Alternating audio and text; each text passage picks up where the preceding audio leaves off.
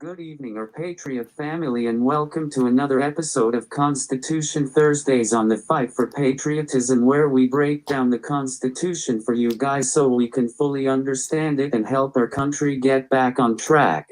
On tonight's episode, we will be discussing the Federalist Papers, which are a collection of articles and essays written by Alexander Hamilton, James Madison, and John Jay to promote the ratification of the United States Constitution.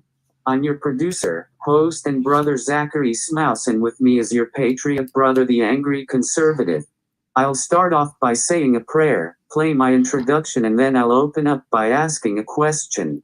Dear Lord, I just want to start off by asking for protection for this stream.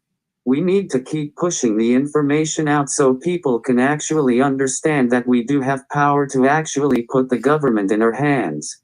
I love you, my Lord. Amen. Amen.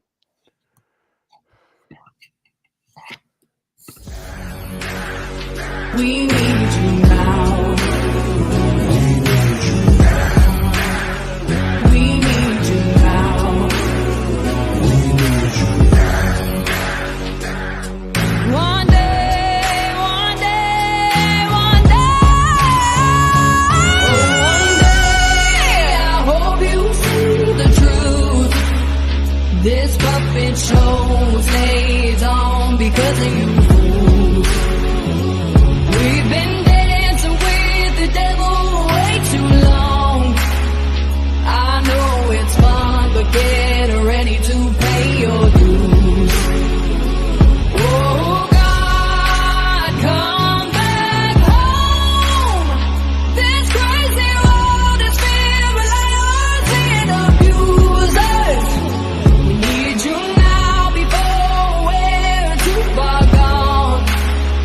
I hope one day they finally see the truth. God, we need you now.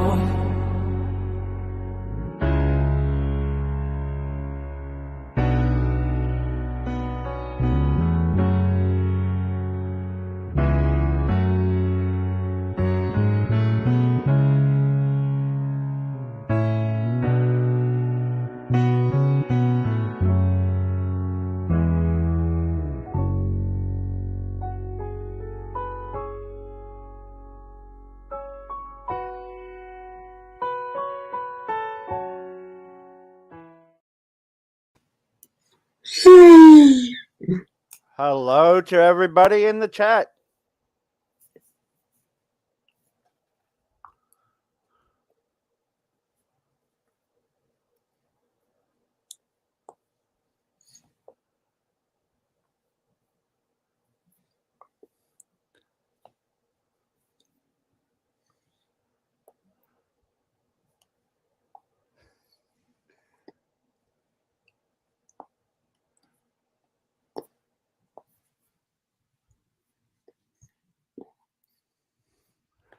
I hope everyone down there is having a good evening, good afternoon, good night, whatever it may be, because this is going to actually be quite interesting.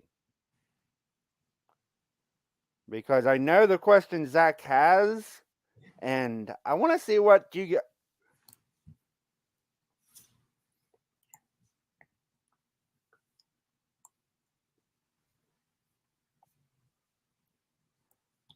My question for the chat is, are the Federalist Papers relevant to today?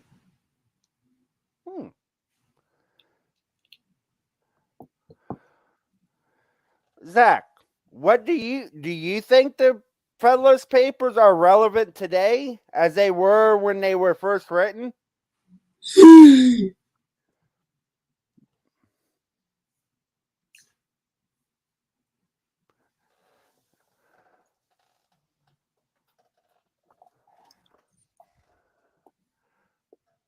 God, a lot of people are actually agreeing with that statement. They actually think the Federalists are relevant.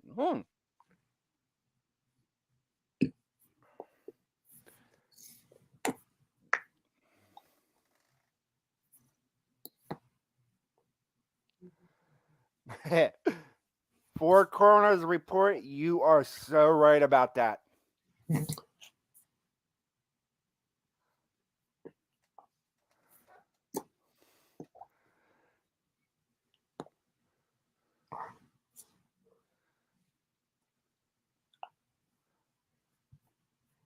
But there are a lot of people who are saying, yeah.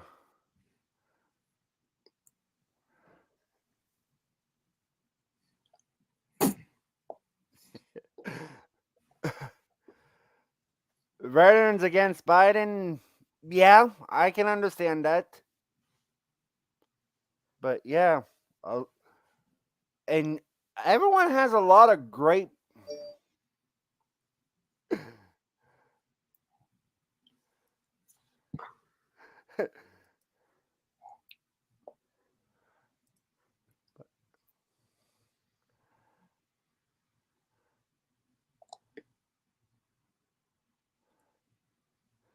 I Yes. believe so because they helped more or less shape the Constitution. And that's what the Federalist Papers were because I am gonna give a little background before Zach actually shows the video. The Federalist Papers were written for the state of New York because the state of New York did not want a constitution. They thought the federal government would be what it is today. So the Federalist Papers are more relevant today than when they were in the 1700s. So yes, the Federalist Papers are very relevant today.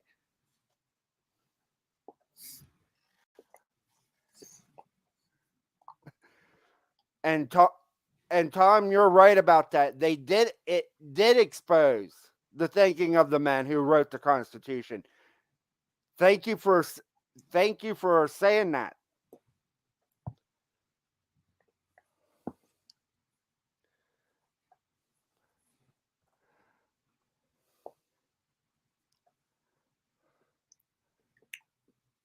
Because the Federalist Papers are,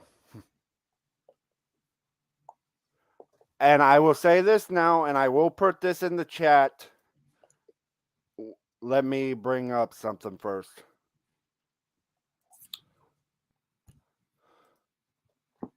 I'm going to give the link to chat for Ricky to join. Go for it. And if anyone would like to get the Constitution and the Federalist Papers, you guys can go to my website and download that stuff free of charge. Because it was free to me. And I know Zach has actually downloaded that stuff because me and him's talked about it.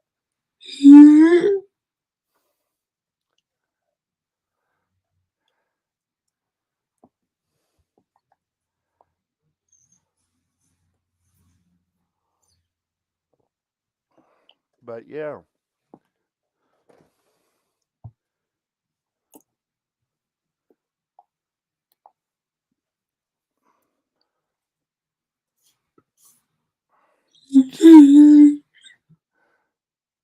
And I think I even have the Anti-Federalist Papers on here. I do.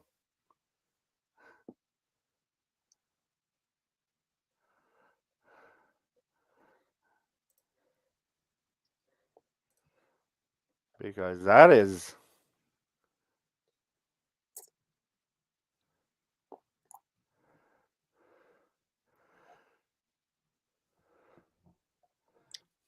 Ricky, get up here. Link is dropped for you. I just heard the ding. Hello, Mr. Ricky. And a fine good evening, everybody out there. What's up?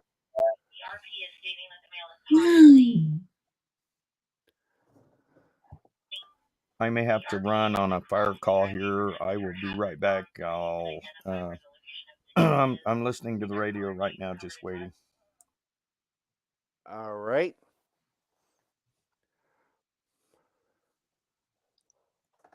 What's your thoughts?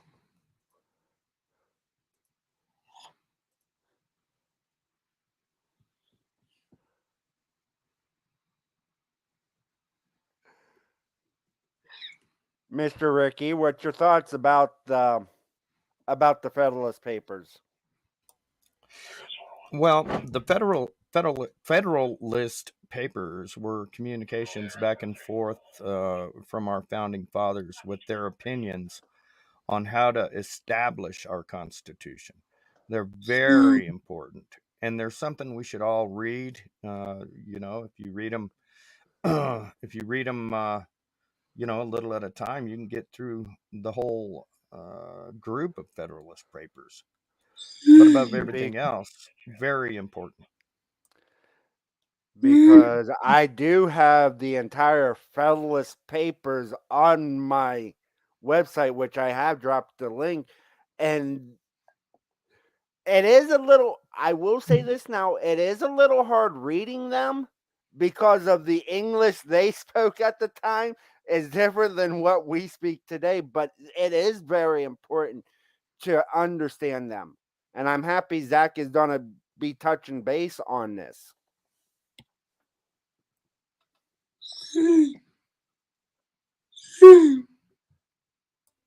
One of my favorite in the Federalist Papers was, let me look in my book here, is the 13th principle. And the 13th principle was written, this is the Federalist Papers, number 25, page 164. The Constitution. Constitution should be structured to permanently protect the people from the human frailties of their rulers. At the Constitutional Convention, the Founding Fathers were concerned with the one tantalizing question, which no political scientist in any age had yet been able to answer with a complete satisfaction.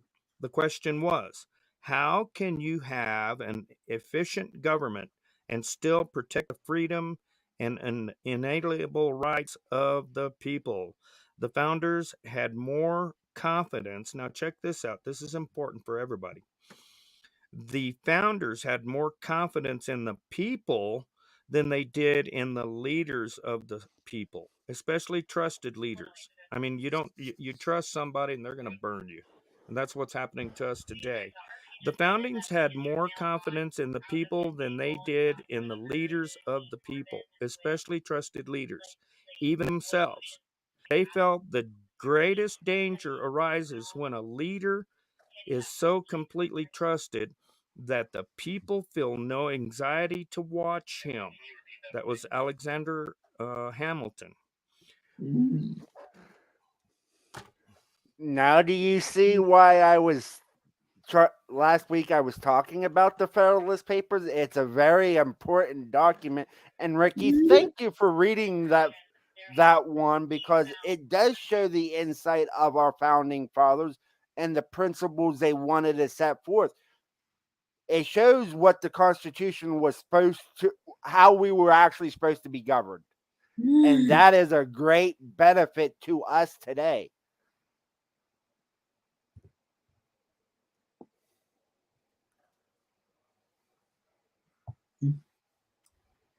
Well, the thing is it's not what the government can do for you, it's what you can do for the government. And we've lost that. Everybody's on welfare and they're expecting benefits and this and that and the other from the government. Yet the government is running just completely amok. They're just going crazy. They don't have a clue. A lot of them don't even know the Constitution. I walked up to a law enforcement officer last week. It was at a Walmart parking lot where the fire department was. There was a thing for kids, and the fire department was there. And I walked up to a Leo, and I asked him straight up, "Can you recite to me the First Amendment?" He could not, and I said, "That's a problem when our government officials don't even know the Constitution, don't even know our Bill of Rights. We, the people, need to stand up and get out of the mud and put our helmets on and understand who we are and who they are. The Constitution protects us from them."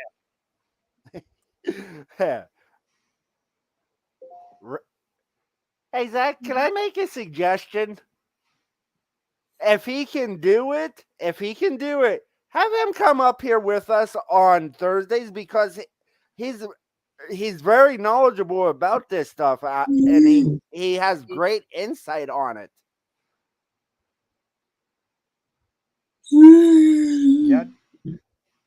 Yeah, you've got my email. Just send me an email. I'll be here. Unless I'm out on a fire call or something, I will definitely be here. I've been studying this since 2008.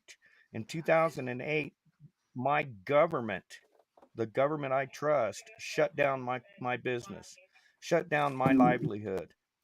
And I was making really good money. I had a 3-bedroom house, 2.5 bath, 3-car garage, and all the toys. And then all of a sudden, I don't have a job. And I started asking myself, who are they? How can they do that to me?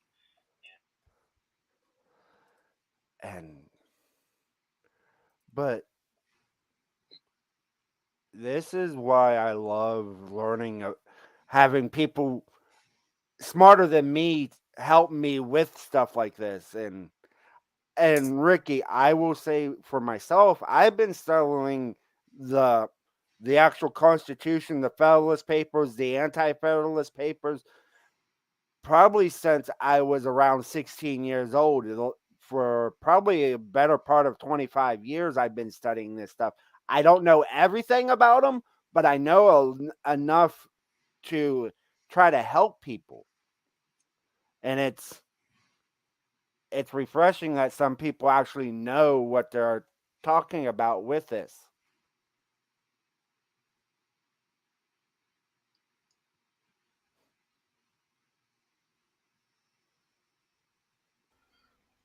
I'll be right back. I got radio traffic in the background.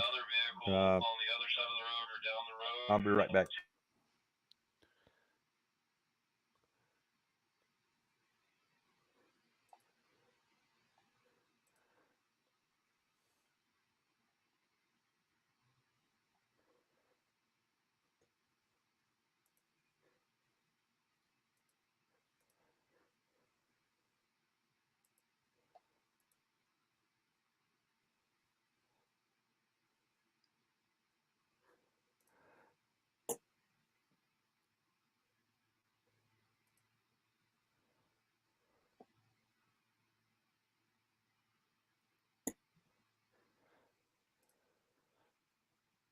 So, do you want me to give a description of the first video, or Mr. Zach?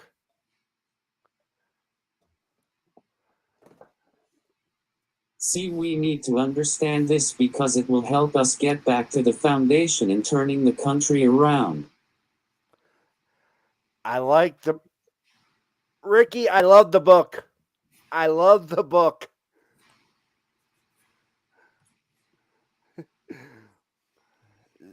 That is.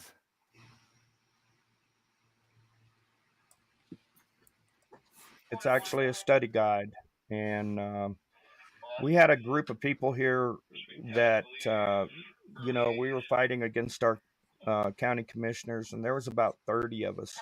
And the first thing we did is we went into training and got an understanding of who they are. Hey, Stryker, what's up, brother? And we got an understanding of what our rights are. Who are we, and what is our Bill of Rights, and how do we combat them when they're violating our constitutional rights? And through the educational process, et cetera, we were able to turn our county commissioners around.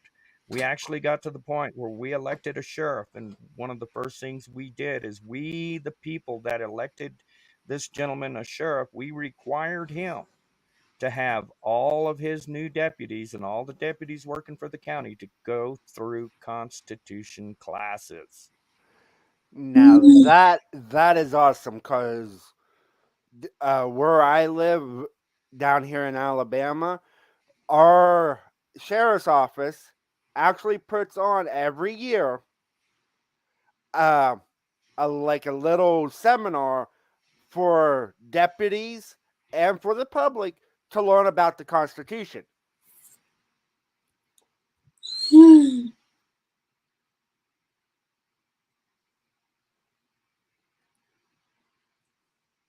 Because it makes people understand what our elected officials are actually supposed to do.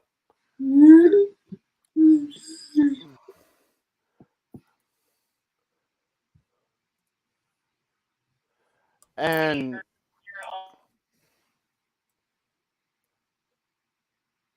all right, and since we are, I think Mr. Smouse is about to get ready to do the first video that I sent him today.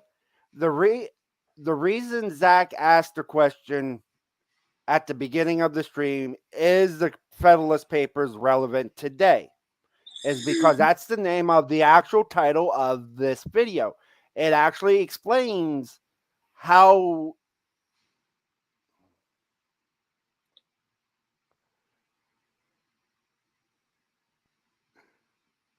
and it shows how relevant they would be today.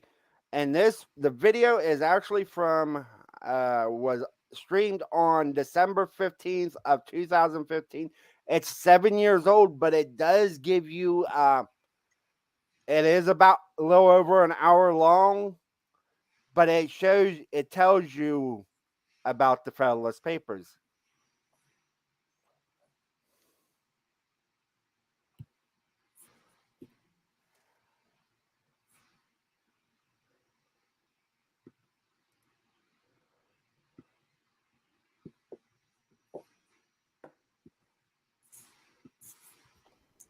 Yeah, sorry, I had to mute. Radio traffic going crazy. They're starting to settle down a little bit. One thing we found out is through much learning and much studying and vigilance is what we found out was that the people that are running our country are running it for themselves, not for us. You were going to play something there, Zach? Because this is like a town hall, the video that he's actually sharing, but they discuss the actual Federalist Papers. Because it's the national, and it's from the National Constitution Center. So I think they might know a little bit more about this subject than I would. I'm just saying.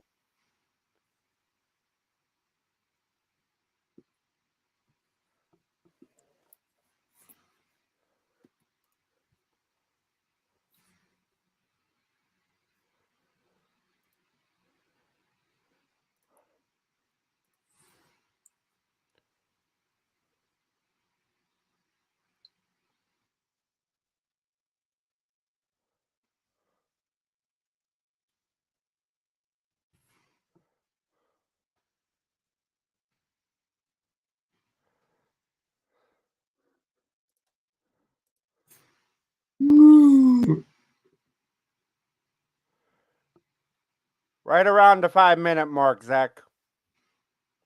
About 4:50. Which is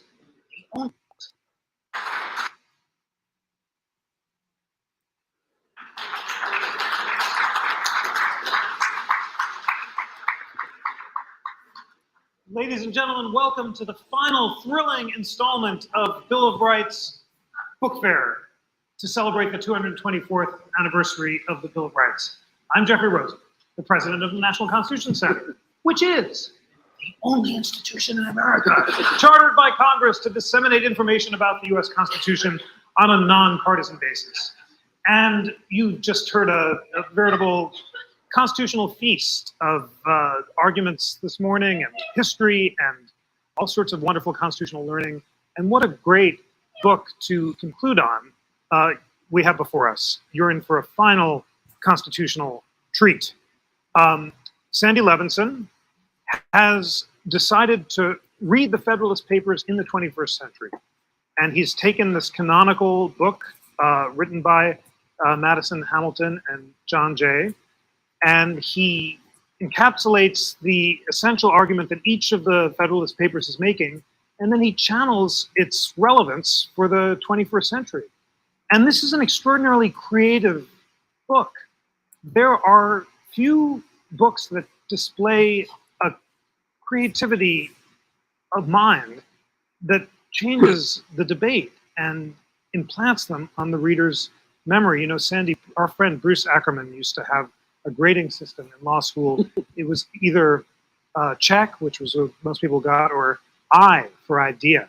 If you had an idea, that was a big deal. And this book has, what is it? It's almost 80 ideas. It's just, and the book is a large idea because it is the sign of a great, one of the nation's greatest, deepest, broadest constitutional scholars at the height of his power, channeling the Federalist and seeing what it has to say about modern questions. So it's a great book. You've got to read it. Let me just give some of Sandy's impressive formal titles. He currently holds the W. St. John Garwood and W. St. John Garwood Jr. Centennial Chair in Law at Harvard Law School. Wow. At the University of Texas, even better. But after, if you've got two Garwoods, then you need to have a longer law school name as well. He's the author of 350 articles and book reviews, including his most recent books include Framed, America's 51 Constitutions and the Crisis of Governance, and Our Undemocratic Constitution, Where the Constitution Goes Wrong. Ladies and gentlemen, please join me in welcoming Sandy Levinson.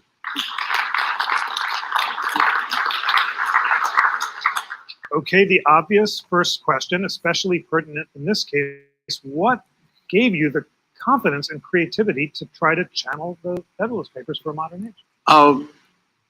Well, to some extent, this goes back to my previous book, Framed, which, among other things, is an attempt to understand what reasons were offered for particularly the structural parts of the Constitution. Quite frankly, although I like the Bill of Rights, I'm delighted to celebrate them, I have become more Publian in viewing the Bill of Rights as more akin to what they often call parchment barriers.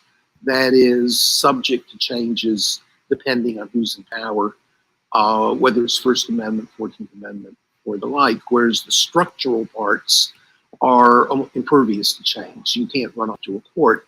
So I spent quite a bit of time in that book looking at the arguments made, why the Electoral College, why bicameralism, why the presidential veto, and stuff like that.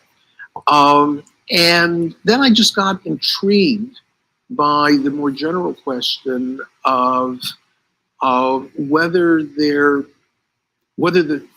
Federalists really can speak to us today, not necessarily in terms of unalloyed wisdom. That is, they got it right, and we should just open it as a text for how we ought to behave. But rather, these were obviously unusually intelligent and politically sophisticated people wrestling with genuine problems, most of which we're still wrestling with. But I would want to put one caveat. It is true that Madison, Hamilton, and Jay wrote the Federalist Papers, but one of the strategies of the book is, quite frankly, to be utterly indifferent to the historical personages of Hamilton, Madison, and Jay, and the extent, for example, were they necessarily being sincere with the reader, to what extent in understanding that Mary Gilder's comments this morning are certainly appropriate, to what extent you have to view these as strategic interventions in 18th century politics. I'm not interested in that. I'm interested in, here are essays written by somebody called Publius. The only thing we know about Publius is the text of the essays. They were op-eds in 1788. They could be op-eds in the New York Times today. What do we get? What would we think if we saw Federalist #1 and then marching through to Federalist 85, written by this anonymous guy or woman, Publius, who's making really interesting arguments? Wonderful. Well, this is an easy interview to structure because the book is so beautifully and sensibly structured. You begin by encapsulating the core argument of the paper, and then, as you say, march from 1 to 85. And you begin in Federalist 1 by saying that Publius, the synonym for either Hamilton, Madison, or Jay, tells his audience, it seems to have been reserved to the people of this country by their conduct and example, to decide the important question whether societies of men are really capable or not of establishing good government from reflection and choice, or whether they're forever destined to depend for their political constitutions on accident and force. Rith, if you will, and this is just such a central question that suffuses all of the essays, are today's Americans, given the internet, given polarization, given the culture of dissent that ▼ was just talking about, still capable of basing their government on reflection and choice rather than accident and force? That is really the most important single question. Incidentally, and here's I think why it makes a difference whether you focus on the actual author or kind of the fictive author. If you didn't know that Alexander Hamilton wrote this, most of us would think, I believe, well, you know, this really sounds Jeffersonian. This is full of belief in the capacity of more or less ordinary Americans to engage in reflection and choice. Did Hamilton really believe this? Who knows?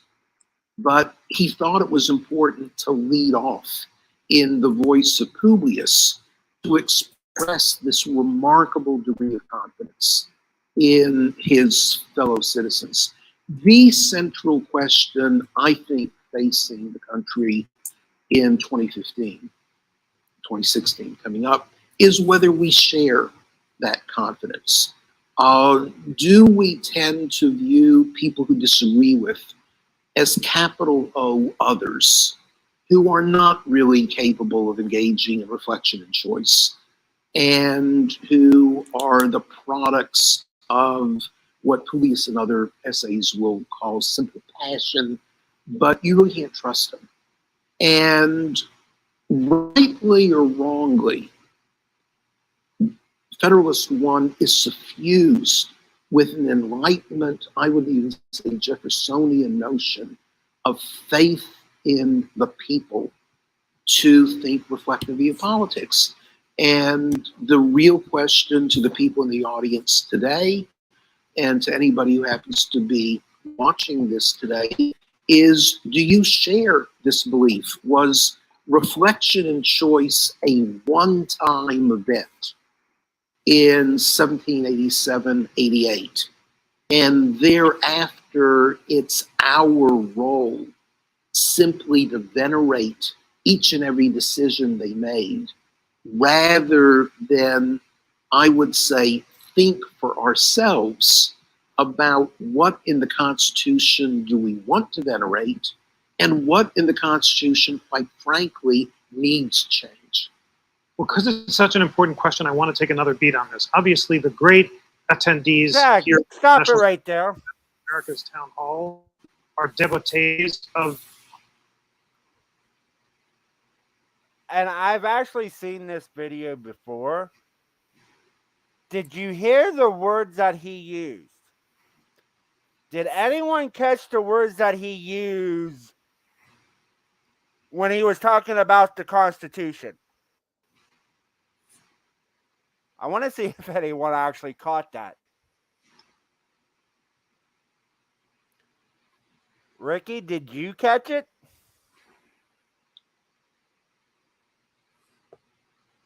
Zach, did you?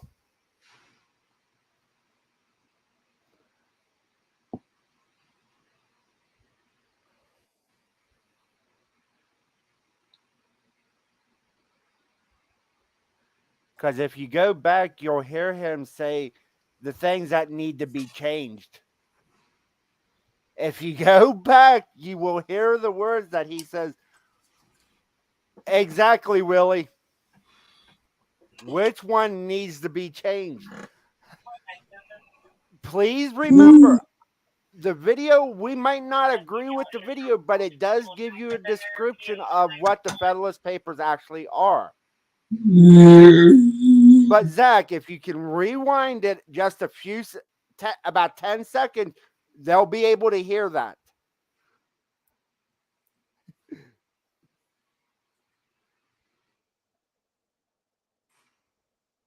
And what in the Constitution, quite frankly, needs change? Well, because it's such an important question, I want to take another beat on this. Obviously, the great attendees here at the National Constitution Center at America's Town Hall are devotees of reflection and choice. You've chosen to devote a day to educate yourself about the Constitution. Our great C-SPAN viewers who are watching this program are in the same spirit, taking the time to really dig into hard arguments. Susan Swain, the wonderful president of C-SPAN, said the other night how lucky C-SPAN is not to have, they're not allowed to take ratings. They don't have to tailor their programs based on the audience. They can actually perform an educational mission. By contrast, I'm told by both federal and state elected officials that the polarizing phenomenon of social media, where the tweets and posts that get the most attention are the most extreme, and those tend to create mob effects that create further polarization, make this sort of reason, rational dialogue difficult. What are your thoughts, Sandy, about whether technology has made reason and choice impossible? Well, again, since neither of us has the rest of the day for a full discussion, all I can do is to say that that's something we need to wrestle with. There, as you very well know, since you've written on this, there are optimistic takes on social media. It is social media that are leading, I think, to long overdue re-examination of police practices and the betterment of the society, whether it's the videos or the tweets or whatever. We all can cite wicked aspects of social media. I think the jury is still out on the overall contribution or costs of social media, but it's something we have to take into account. But all of it boils down to the fact that American political leaders, I mean, you've dwelt very amusingly on the nonpartisan aspect of the center. There's nothing amusing about it. I'm very serious. Yeah, I mean, you are. But, you know, both Democratic and Republican presidents, at least since the time of Woodrow Wilson, and you can also go back to Lincoln if you wish, really embraced democracy in one way or another as the meaning of the American project. That wasn't true of Publius. Publius is not a little D Democrat, except ironically in Federalist 1, where there is this much, as I argue, much more Jeffersonian aspect. But, you know, to take the most inspiring and also most cliched sentence, at least since the Declaration of Independence, government of the people, by the people, and for the people, there is a huge difference between government by the people and government for or of the people. Government for the people can very easily defend certain notions of enlightened despotism or the monarchy. It's government by the people that really defines one important notion of democracy. And as I say, this notion has been embraced by George W. Bush, by Barack Obama, and you can just go back in time. And do we really believe it? Because whether you talk about...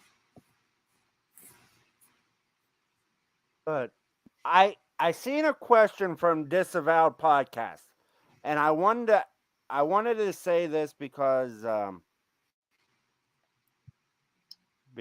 what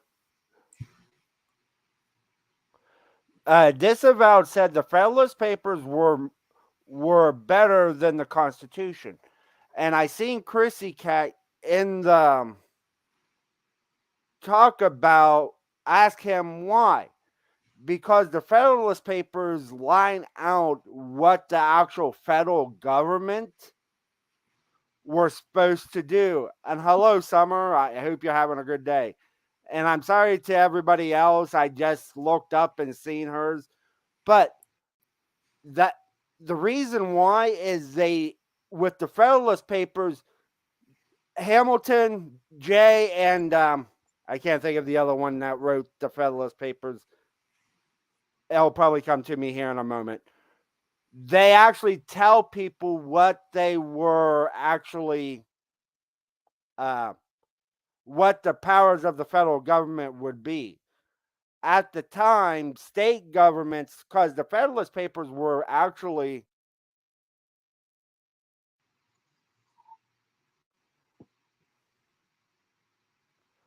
but the Federalist Papers were actually gave the Constitution its backing, because the Supreme Court, when they ruled that the separation of church and state, it goes back to these papers.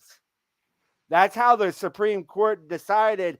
They went back to the Federalist Papers to say there was a separation of church and state, because one of them wrote about it.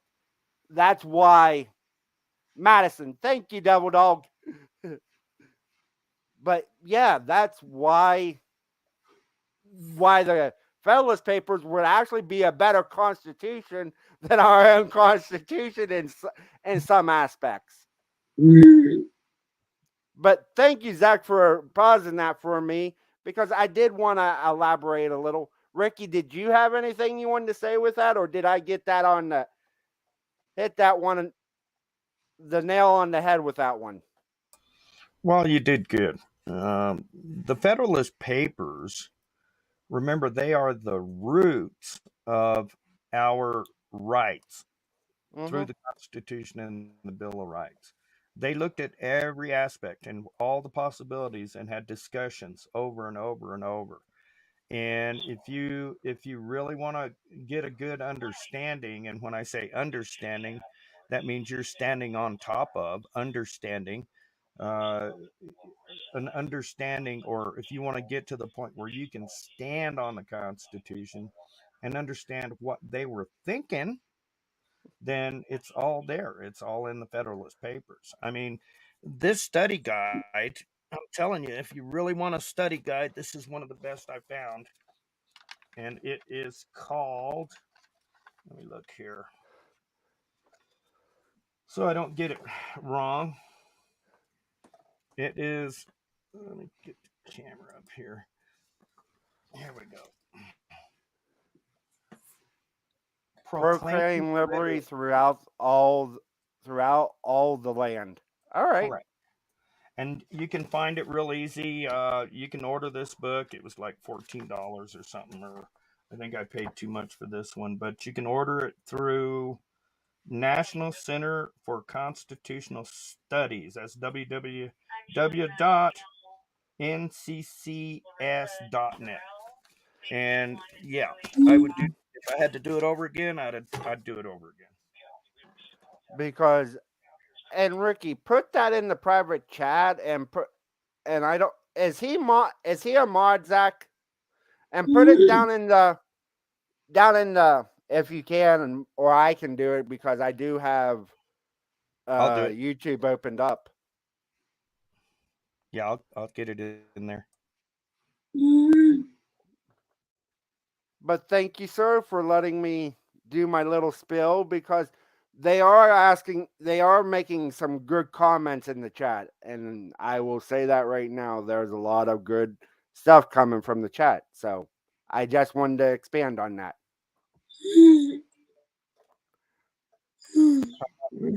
Comment from Chrissy: why have we not concentrated on the Federalist Papers and read them? We all talk about the Constitution. Well, here's why, and I'll tell you why. They do not want us to know our rights. They don't teach you the Constitution. They don't teach you the Bill of Rights. They teach you about it. That's all. They don't have a constitutional class in high school where you go in and learn your rights, because they do not want you to know your rights. The educational system is all about the government. That's what they want to propagandize us to the point that we are sheep and that they are in control. And you notice I use them and they a lot. We got to understand, who are they and who are them, and why do they have so much power over us, when it's supposed to be the other way around. It's not what your government can do for you, it's what you can do for the government. And Chrissy, I will say it this way. They're not going to teach us something that will overthrow them. They're not going to teach people something that will take them out of power. Just saying.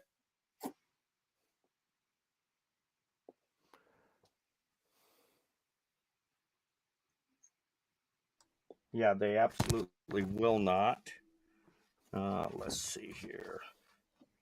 You know, a good example is if there is no victim, there is no crime. But yet, the system that we live in is operated by the Bar Association, the lawyers and judges, and the objective of our policing is to get us into the Bar Association, to get us involved, to get us to get us hemmed up.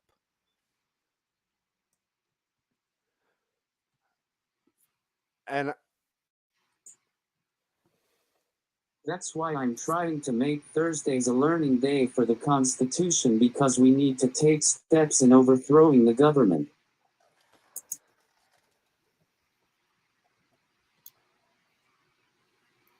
And I just seen this. Book Girl New York says they actually teach it where she's at. And Book Girl, that's good, but the majority of places do not actually teach that.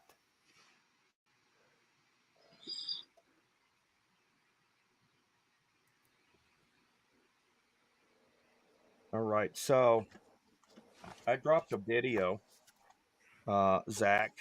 If you're interested in playing another video, I just dropped a very important video. It's about 17 minutes long, but it explains everything about our founding fathers and what they were thinking. It's my #1 top favorite video, by the way.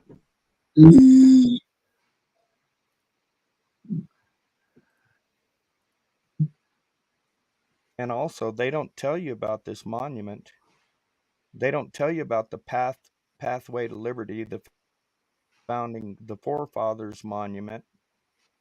They don't tell you about this, but it's there, and you can go visit it.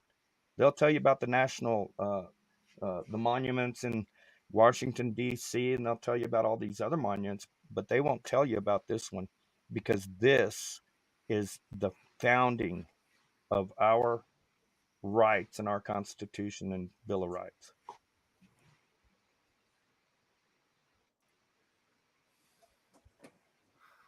I'll probably play it after the third video, Ricky. That'll work, absolutely. And I yield with that.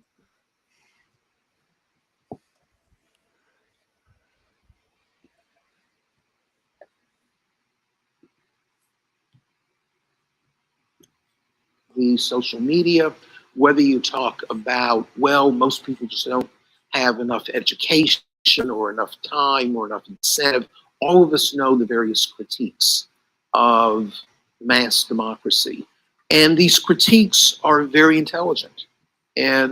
But if we don't have the Publian faith expressed in Federalist 1, then I think we really do have to rethink through our notion of democracy and what we mean by democracy, so that when either George W. Bush or Barack Obama or whoever succeeds them will say, well, we in the United States really are committed to democracy in Tunisia or God knows where, what do they mean by democracy? Whom do we trust actually to have the capacity to be a democratic citizen? And if we don't trust one another in this country, very high literacy rates, a pretty good economy, a culture that expresses at least formal commitment to constitutional institutions. But if we don't trust people who disagree with us, frankly, to make tolerable choices, even if we disagree with them, we say, okay, you won the election fair and square. That's a separate problem we can talk about. what fair and square elections might look like. But if you won the election fair and square, we'll let you pass your programs, and then I hope we vote you out in the next election. All of these raise the most important of issues. I think the Federalist discusses many of these issues, and I think they're rarely discussed, certainly at the level that Publius discusses them in contemporary politics. Well, we are going to discuss them. And let's move to Federalist 2, because that is relevant to this notion of what principles the Federalist or Publius relied on for the kind of trust with those whom we disagree. You quote Publius as saying that Providence had been pleased to give this one connected country to one united people, a people descended from the same ancestors, speaking the same language, professing the same religion, attached to the same principles of government, very similar in their manners and customs. Then you ask whether these Federalist 2 Publians, who are concerned or terrified that the American we is becoming irreparably fragmented, are right or wrong. I have to ask you, what would Publius have made of Donald Trump? It's the obvious question. Yep. And in a multicultural society in which this homogeneity not only doesn't exist, but is not even considered desirable, can the kind of democracy Publius expected persist? Let me just preface my answer with a short comment. One of the things that I hope for from this book is that people actually read the Federalist in its entirety. If I could rewrite one sentence in this book, it would be, I think, almost literally the first or second sentence, where I refer to the Federalists as not only the most widely cited, but also the most widely read document in American political thought, other than Declaration of Independence or the Gettysburg Address.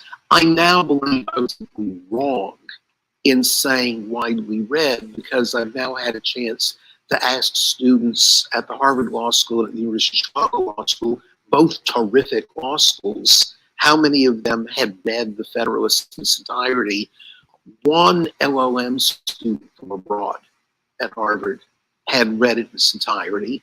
Most people, if they read the Federalist, have read about half a dozen of them. And it doesn't include usually numbers 1 or 2. So now let me turn to your question. Number 2, I think, is one of the most fascinating of all the 85, and for better and for worse, so directly relevant to our politics today. Really to be remarkable. It is obvious that Publius in 1787 was wildly off the mark in describing America at that time as homogeneous in the way described. We didn't speak the same language. Benjamin Franklin was extraordinarily upset that there were German speakers in Pennsylvania. Even if you believe that all Catholics and all Protestants can really be subsumed into a single Christian religion, there were actually even some non-Christians around in 1787, 88. You can march through all of these categories. So in a different sort of interview, that is, if this really were about the history of the 18th century, and say, how in the world could he get it so wrong? But I think the answer to that question is deceptively simple, that it was important to persuading people that we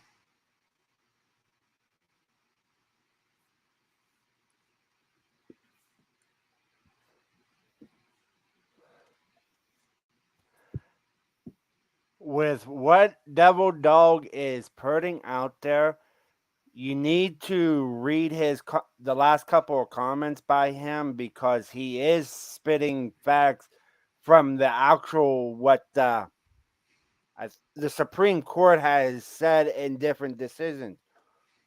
Because the one that I want is all laws, rules, and practices which are repugnant to the Constitution are null and void.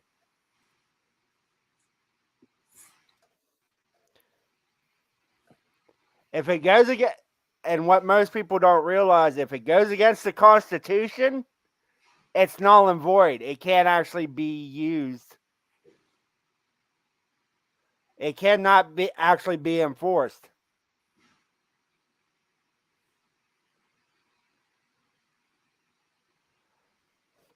But that, please, if you get to if you're reading any of the chat, please read Devil Dogs, because he is laying the groundwork for what the Supreme Court has ruled and what our founding fathers have said, because he just put one in there about from Thomas Jefferson.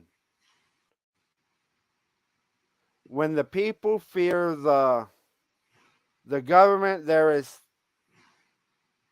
tyranny. When the government fears the people, there is liberty. Thomas Jefferson. But Devil Dog, thank you for reminding us. You are a great mind, and I enjoy watching the things you put in chat.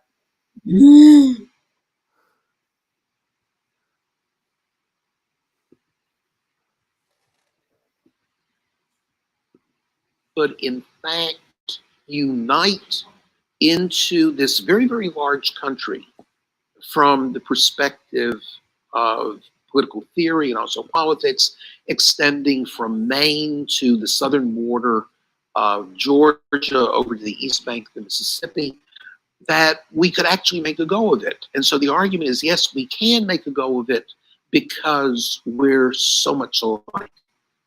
One of the anti-federalists, Agrippa, attacks the Constitution and says, how can we possibly believe that people from Georgia and people from Massachusetts really share enough of a sensibility to unite in a strong centralized government in which Congress will have vastly more powers than under the Articles of Confederation? So the answer to that question is, look, people in Massachusetts and people in Georgia are really the same. Okay, forget history. Do the fast forward. And it remains a genuine, deep, troubling question of how much diversity, how much pluralism can any particular society tolerate before the fragmentation simply tears it apart.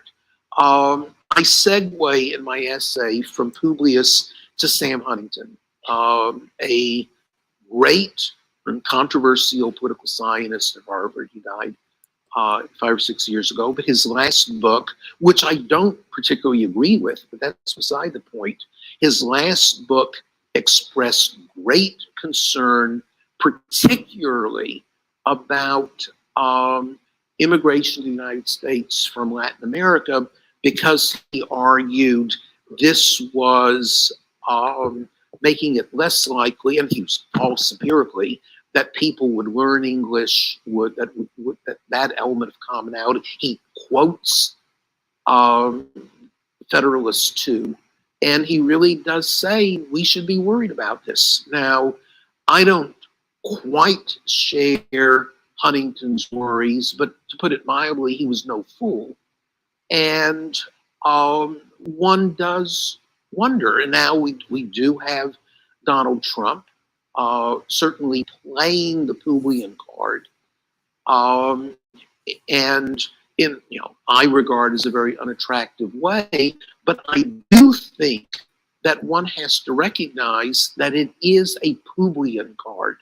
There are many things one can denounce your unfavorite candidates, whoever they might be from any political party, for violating the wisdom of the founders and breaking our constitutional traditions and stuff like that.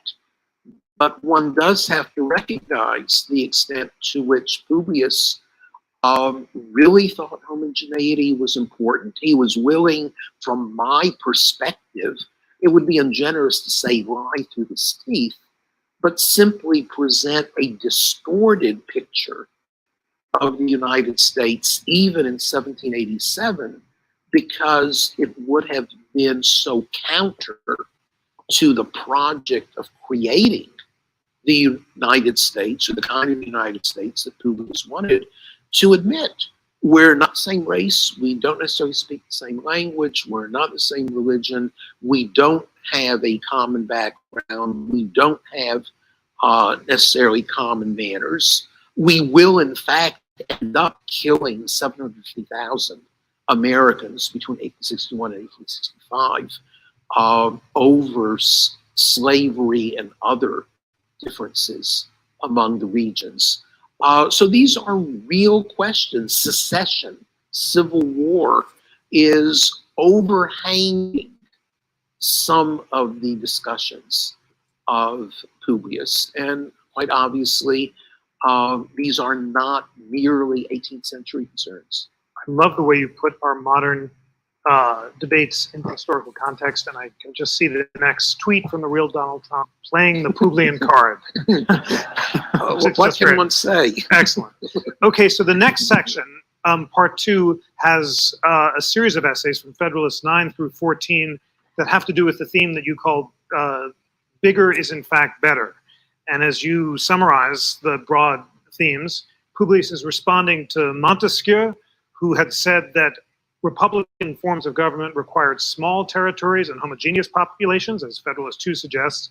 But Publius says Montesquieu got it backward. Small territories like the American states and homogeneous people are more likely to generate tyranny of the majority, which is one faction's ability to dominate another. And it's only in an extended republic that you can have more protection, making it harder for a local faction to gain national power. There's lots to say in each of these essays, but I want to ask broadly, has technology, once again, changed the analysis? Our extended republic now taking place online, does that confirm or vitiate Publius's confidence that the broader the republic, the less likely you can have factions to dominate each other? Well, again, with regard to your specific question, I want to hedge and say only time will tell, because you can easily offer competing analyses. What I think is so crucial about particularly, well, it's 9, 10, and 14, which are the extended republic arguments. I do want to come back for just literally about 30 seconds to 11 in a few moments. That I think Steve Calabrese is a mutual friend of ours, the head of the Federalist Society, which I think is helping to sponsor this. A member of our great coalition Right. freedom advisory board. And I have suggested to Steve that there is something misleading about using James Madison as the central figure for the Federalist Society, because, and here I will talk about the particular author, number 10, no essay in our history is more critical of federalism than Federalist 10, insofar as it's a portrayal of states as dens of faction, that the only way we're really going to protect liberty in this country is to move to a larger and larger republic, so that when Justice Kennedy cites the Federalists, as he often does, to support the notion of state autonomy and states' rights, he's not citing number 10. He's not citing the arguments made there about the centrality of the extended republic. There are 2 points, though, worth making about the extended republic argument, putting to one side, the Montesquieuian tradition, or David Hume and others. First of all, what Publius was thinking of was a republic, as in just a few moments ago, that extended from Maine to South Georgia, East Bank of the Mississippi, 4 million people, according to the census of 1790. He's not thinking of a republic that extends to the mid-Pacific and, depending on your theory of Puerto Rico, into the Caribbean, with roughly 320 million people. Putting to one side, of course, the diversity issue that we were talking about a moment ago. So do the arguments for extension from, say, Virginia to the whole Atlantic coast necessarily work to extend to the mid-Pacific and to go from 4 million people to 120 million people. Now, let's say for the moment you accept the argument that actually the extended republic is congruent with what the Constitution calls a Republican form of government or the Lincolnian Democratic project. Then I think the unexpectedly interesting question that arises from reading these particular essays is, well, should we expand even more into more transnational government or ultimately world government? I mean, the Poolean questions in this section are central to understanding what's going on in Europe. Europe is sovereign states like Georgia or Massachusetts or whatever, trying to create a new identity, a new polity. Are they being successful in it or not? But if they are, why not keep going? Doesn't the homogeneity comes back into play here? Because as you note, with the debate over devolution in Scotland, unless there's a shared political culture and shared tradition, then consolidation doesn't work. So wouldn't that be a Poolean argument against world government? I mean, here's how it depends which of the essays one wants to focus on. And I make no argument in the book. In fact, it's not something, it's not part of the project of the book to say that there's a single Poolean theory in which everything fits together. Rather, I think the Publius of number 2 in particular, your question is a hands-down winner. That if you don't have a certain degree of homogeneity, whatever that certain degree is, then the project of political unity, whether you're talking about the United States or Europe or the Bolivarian project in South America, whatever, is hopeless. On the other hand, if you choose to focus on 9, 10, and 14, you might be more optimistic about this. Just because this is important, does it matter, going back to how Publius talks about a people descended from the same ancestors, speaking the same language, professing the same religion, attached to the same principles of government, similar in their manners and customs? Do you need the same ancestors and ethnic background? Is it merely enough to be attached to the same principles of government? I would hope so. This actually, I think, is what in an earlier book I described as our constitutional faith. Beautiful book. That being said, one of the disturbing challenges set down by Sam Huntington was the critique of this as just too thin, too much a reflection of an enlightenment confidence in abstract ideas to bind a nation together. And I would like to think that Huntington is wrong. But I do think that the great test was and remains whether what Robert Jackson called the magnificent generalities of the Constitution or the Bill of Rights are enough to bind us together. Because again, as you know, even far more than I do, we're at swords. Zach, pause it for a minute. Over what religious freedom is. So it can be. And I've seen Chrissy Cat. I just put a link into the chat describing what I can't even pronounce it. Publius. It was the pen name for the 3 authors of the Federalist Papers, for Hamilton, Jay, and Madison.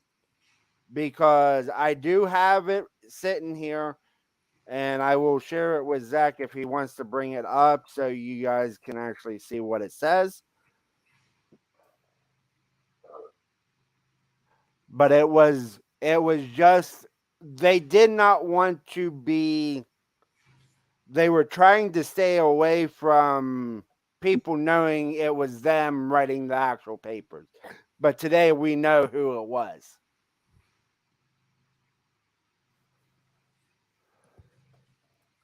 But yes.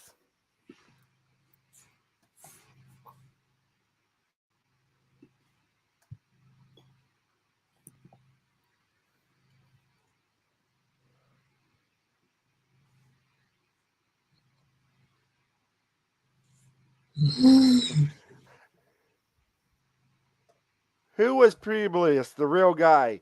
Publius was a pseudonym used by New Yorkers Alexander Hamilton, who became the first U.S. Secretary of the Treasury, and John Jay, who became the first Chief Justice of the United States Supreme Court, and James Madison of Virginia, which became the fourth U.S. president to write the 80.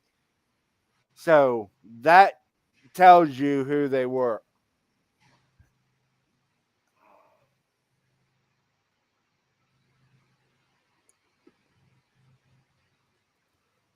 But yeah, that's why he's using the word Publius, is because he's out, because they really don't know which one wrote which actual article, paper.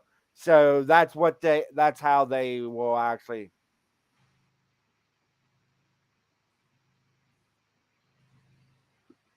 Case that all of us, each and every one of us, says, I believe in the First Amendment. And then after 10 minutes, we discover that we really are at sword's point, or coming from the University of Texas, that the argument about affirmative action is ultimately a debate about competing theories of equality. It is not the case that people like myself who support affirmative action are egalitarians and people who oppose it are anti-egalitarians. Rather, there's just fundamental conflict over what equality means. One more beat on the extended republic. Mel Yorovsky and I are obviously great fans of Louis Brandeis, who attacked the curse of bigness in business and government, felt that only in small-scale republics, like the Athenian polis or the Jeffersonian shires, could citizens become attached enough to the principles of self-government and also master the facts that were necessary for political participation in order to succeed.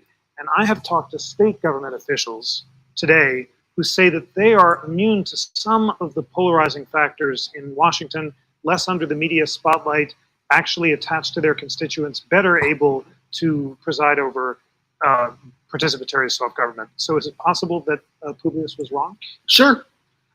As I say, there is nothing in the book that is committed to the notion that Publius always got it right. There are some essays where I'm very critical of the Publian arguments, as with number 2. There are other essays where I point out that immediately the actual governors of the country rejected what Publius described. This has interesting implications for the originalist project, but Publius assures us, this I think is number 70, 71, that just as presidents will have to get the agreement of the Senate in order for somebody to become a cabinet official, so will it be the case that presidents will have to get the agreement of the Senate to fire a cabinet official. You know, you talk about checks and balances, separation of powers, that we don't have kind of pure separation of powers with regard to choosing cabinets. It's a shared view, and Publius tells us it will be a shared view as to who gets fired. It turned out that way. One of the very, very first decisions made by the very first Congress was that George Washington, and it's not completely irrelevant that it was George Washington, could fire at will, and that has stuck. There are other essays where it's not simply that we today might say, well, you know, I'm not sure this Putin argument is right. But you would say they didn't think it was right even then. There's all what I admire about the framing generation, about both Jefferson and Hamilton, is the spirit of Federalist One. These were people who really did think for themselves.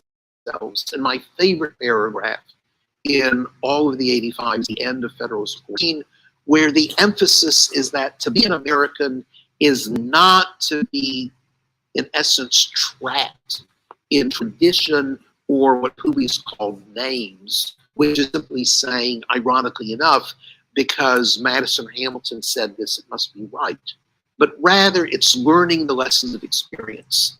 And they did that. They overthrew a king. And then, as Mary Builder pointed out this morning, overthrew the first American Constitution because they thought, in the language of Federalist 15, it was imbecilic. And my fear, quite frankly, is that for all of the polarization, for all of the really terrible aspects of American politics today, there is astonishingly little discussion going on about the extent to which we might need constitutional reform. And you can't read the Federalists, you can't read the discussions of that time without realizing that these are people who did believe in constitutional reform and who were willing to act on it. Whereas today, we have a cult of the founders. We think that we honor the founders by saying, well, they must have gotten everything right, rather than really engaging with them. What is a republic? You raised that question in your discussion of Federalist 39 and the associated essays. You say that it wasn't anything close to a modern democracy since the people's indirect choice of senators.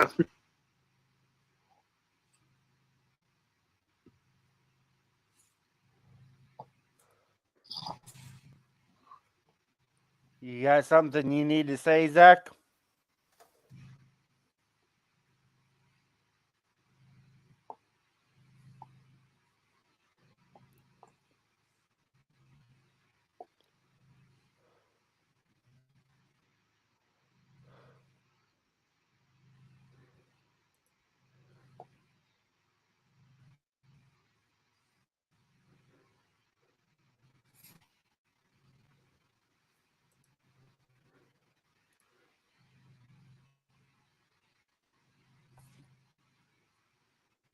I have a question for the panel and chat. Do you think we should reform the government and the Constitution today? I've got an opinion on that, real quick. We don't need to change. We don't need to change the Constitution. We need to make our government understand that we, the people, are in control of them and they are not in control of us. That's where it's all gone wrong. 1871, contract with the Virginia Company. Not going to go down that rabbit hole. But the government today is all about themselves. They want to keep us down. They want to keep us under their thumb so they can control us. The problem is nobody's willing to stand up and be that person, get in the face of the enemy. And Rich Wells puts it perfectly. Reform the government with the Constitution. That's what we need to do. Yeah, That's exactly what we need to do. The Constitution is the backbone of this country.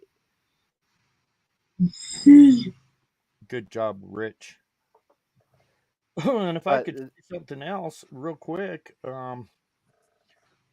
we, the people, have lost our rights because we're sitting on our thumbs. We're not doing anything. We're watching the Kardashians. We're watching NFL. We're going to church. Oh, let's all go down and worship the Lord, but let's not talk about the problem. Let's talk about praying for $100 by Friday. That ain't gonna get it. It's not until we the people stand up and say, "Look, we're done with you. We're completely done with you.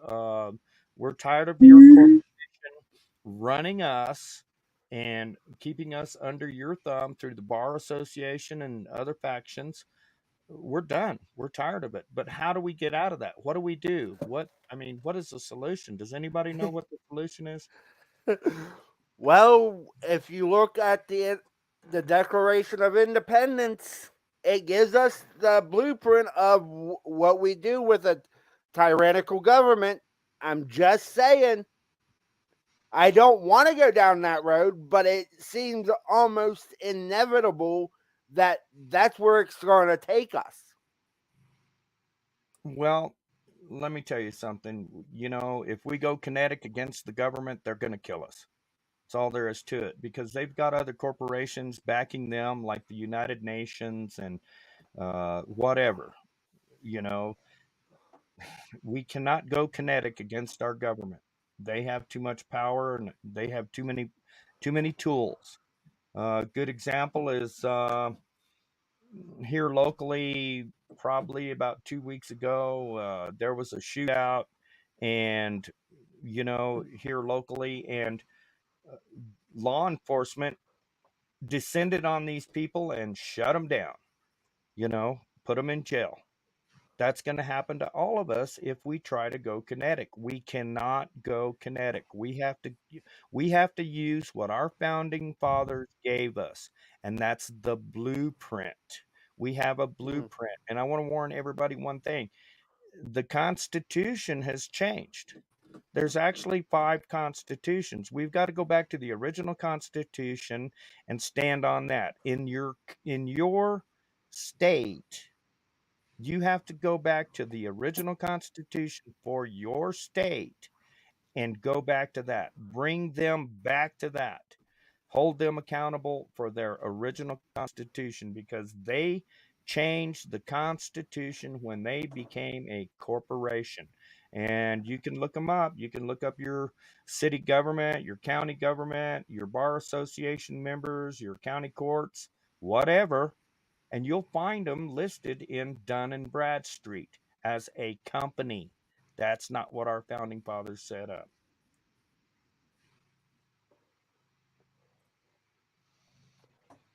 But, Zach, I love that question. That was a very thoughtful question, because we need to get, and the way I put this when I talk about this, we need the Nancy Pelosi's, the Chuck Schumers, the Mitch McConnells. I'm sorry I used that word, but I don't like him. We need them gone. We need the political establishment, the ones that have been politicians all their lives, gone.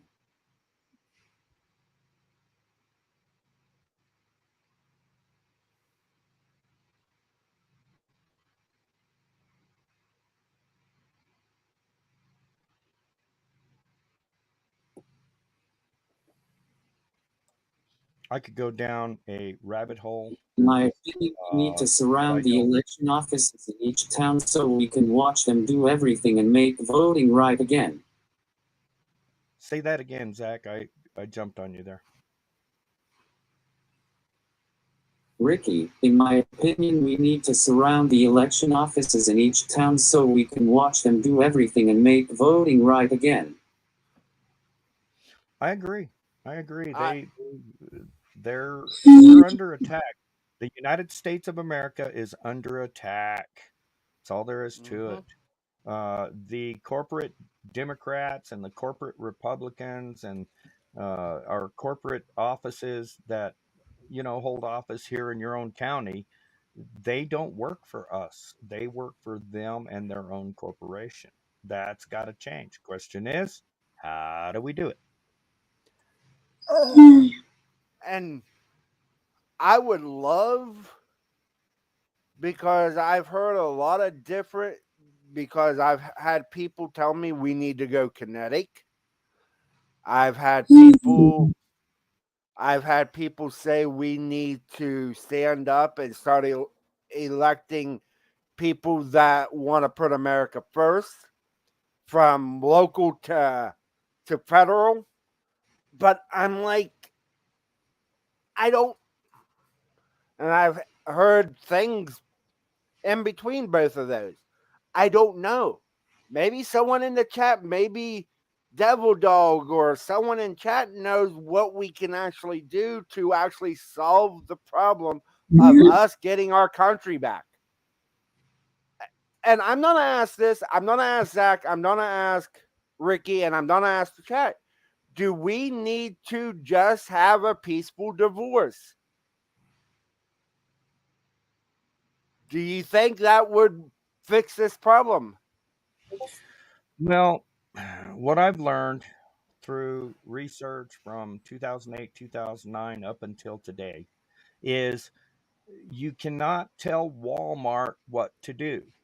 They will not listen to you. You cannot go into McDonald's and tell them what to do.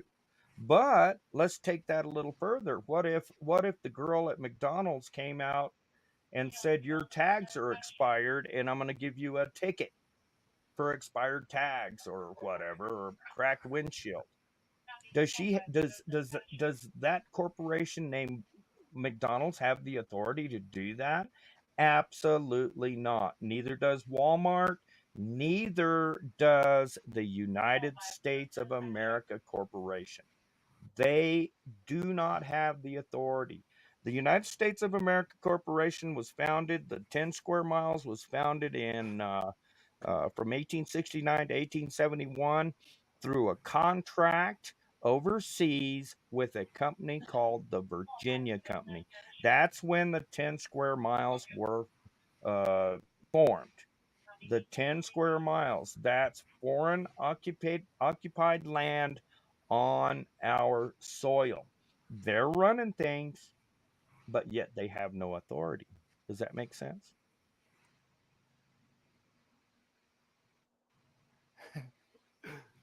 But I love the comments.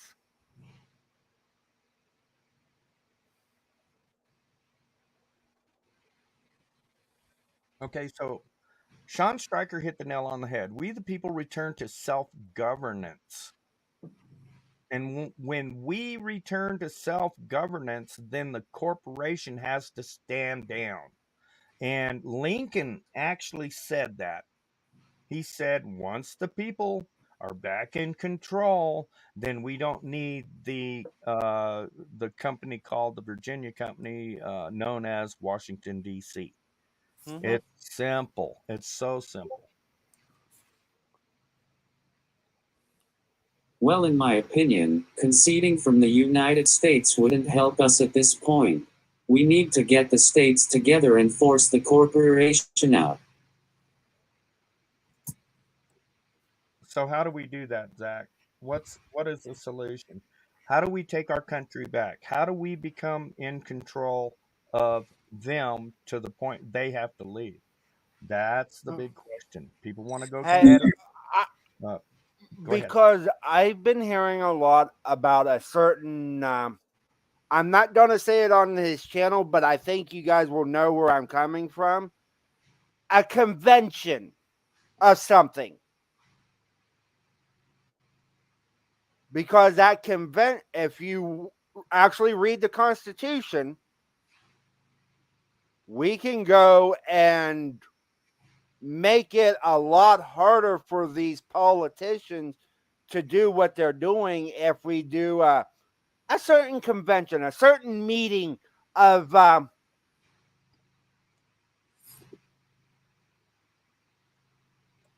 convention. Okay, so let me Yeah. tell you the problem with that. Okay, so we the people get together and we go down to the city council and we're telling the city council, no, we don't want to spend the money on a new jail. And they say, well, we heard you, but we're going to spend the money on a new jail anyway. So a convention of states or a federal convention is not going to do anything, because we're barking at Walmart, we're barking at McDonald's, we're barking at hardware. They don't care what we have to say. They're going to do whatever they want. It sounds good, and you know, a lot of people have called for a convention of states, but it's not going to do anything, because they are not our government the way the founding fathers established it.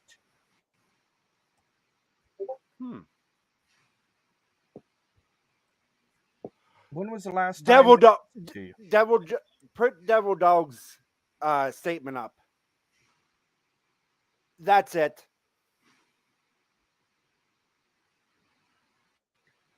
Try reading the Article 5 convention. That's the one I was actually meaning. Thank you, Devil Dog. The Article 5 convention. Only Congress can call it, or the state. But it does give us the power to, because I honestly think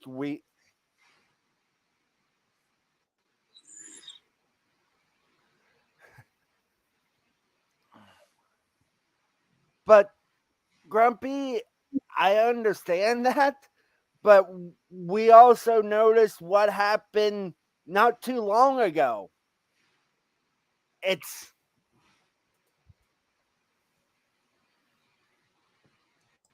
Yeah, Grumpy nailed it on the head.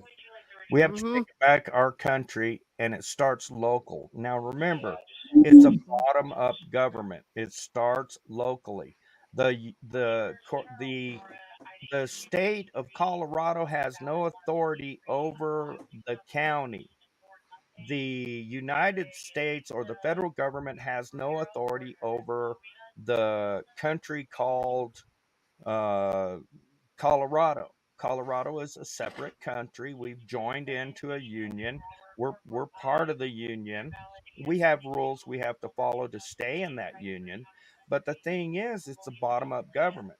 First the city and county, then the state, and then the federal government. Bottom-up government. Everybody thinks the federal government has authority over you. You're wrong. The only one that has authority over you is your county sheriff.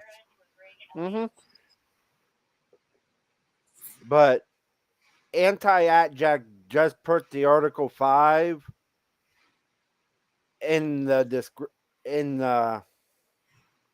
but we need to, yeah. Okay, so when you mention Congress or the Senate, who are they? Who is the Congress? They're working and operating under the corporate charter of the United States of America. That would be like Congress and the Senate at Walmart. It's no different. They're a company.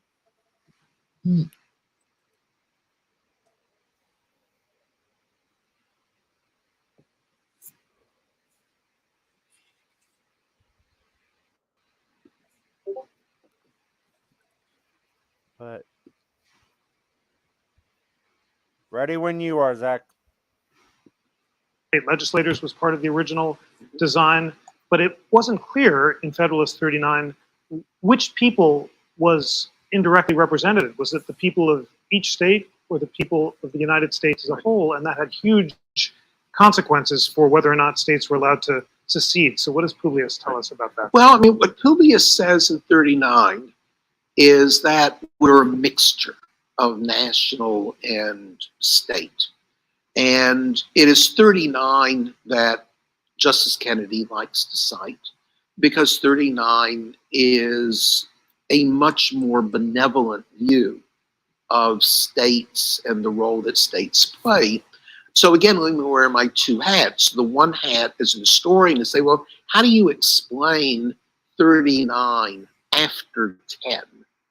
And the other essays that really are defending what the critics of the Constitution called a consolidated government or a consolidated national government. the answer is easy, that these are the greatest pieces of propaganda, of motivated op-ed essays in the history of the world, that they were directed at wavering delegates, particularly in New York. New York ratified the Constitution by the overwhelming vote of 30 to 27. A switch of 2 from the pro to the cons would have said no, and given where New York is located, unlike Rhode Island and North Carolina, which had not ratified the Constitution when George Washington took the oath of office in 1789, it would have made a huge difference had New York said no. And the people who were most skeptical of the Constitution were people who said, look, you're creating this strong, overbearing national government. And so one point of 39 is to say, no, we're not. So now you do the fast forward. Forget about history. What's in it for us today to read 39?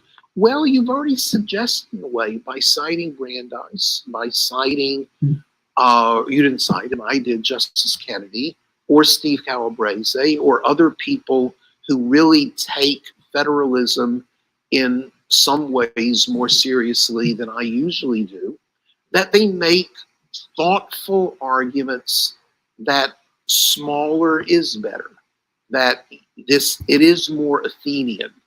It does offer the possibility for more deliberation, not to mention whatever advantages you get, which are debatable, but there are certain advantages to greater homogeneity of populations, less likelihood of simple fragmentation into warring sides.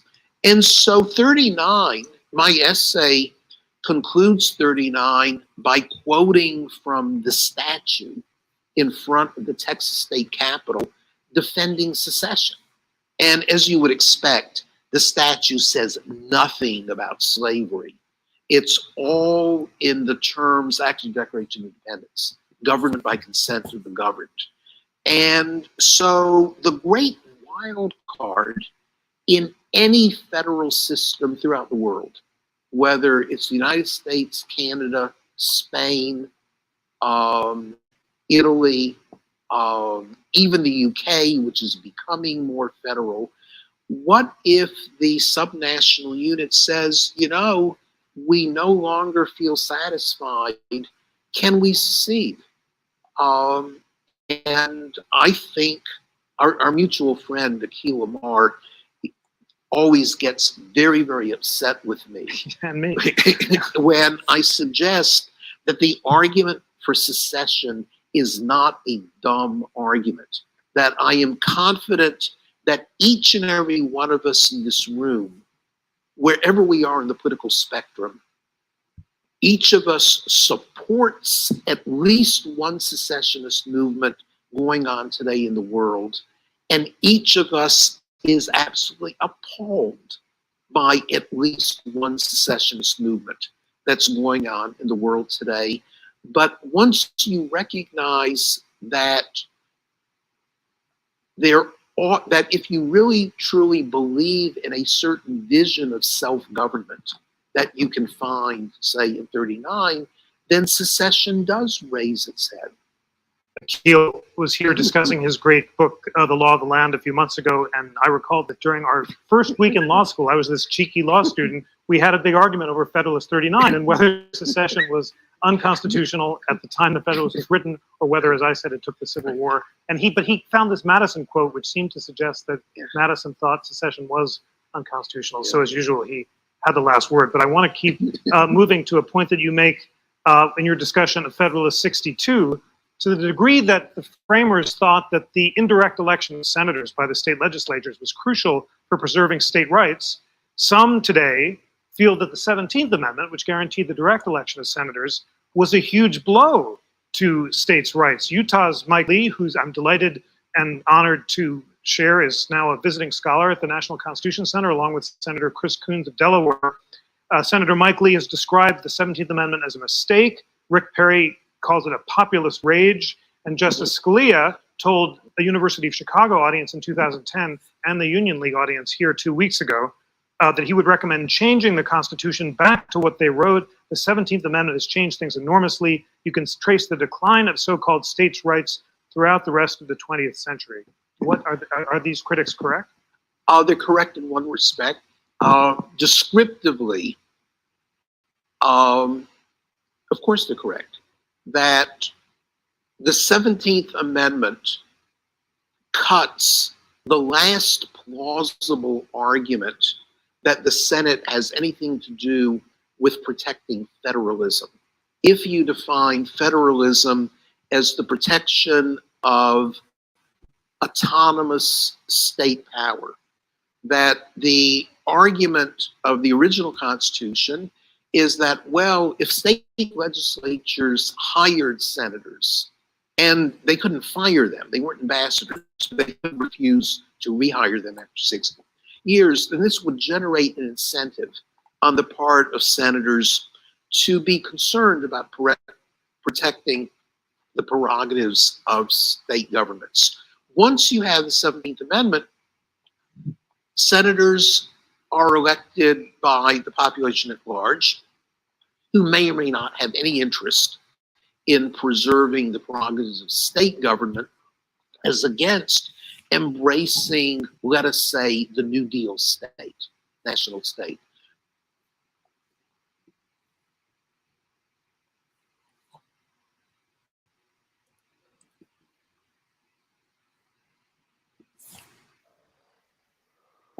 Amen, Tom. That's why the corporation is failing.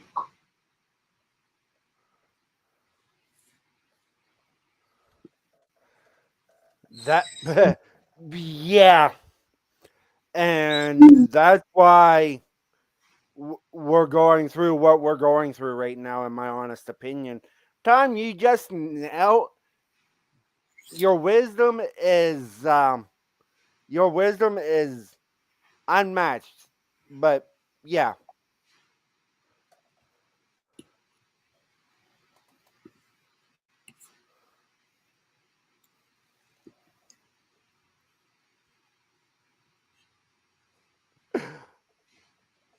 And Matrix actually puts it right. Natural law versus man's law. Yeah, that's true. All right, Zach.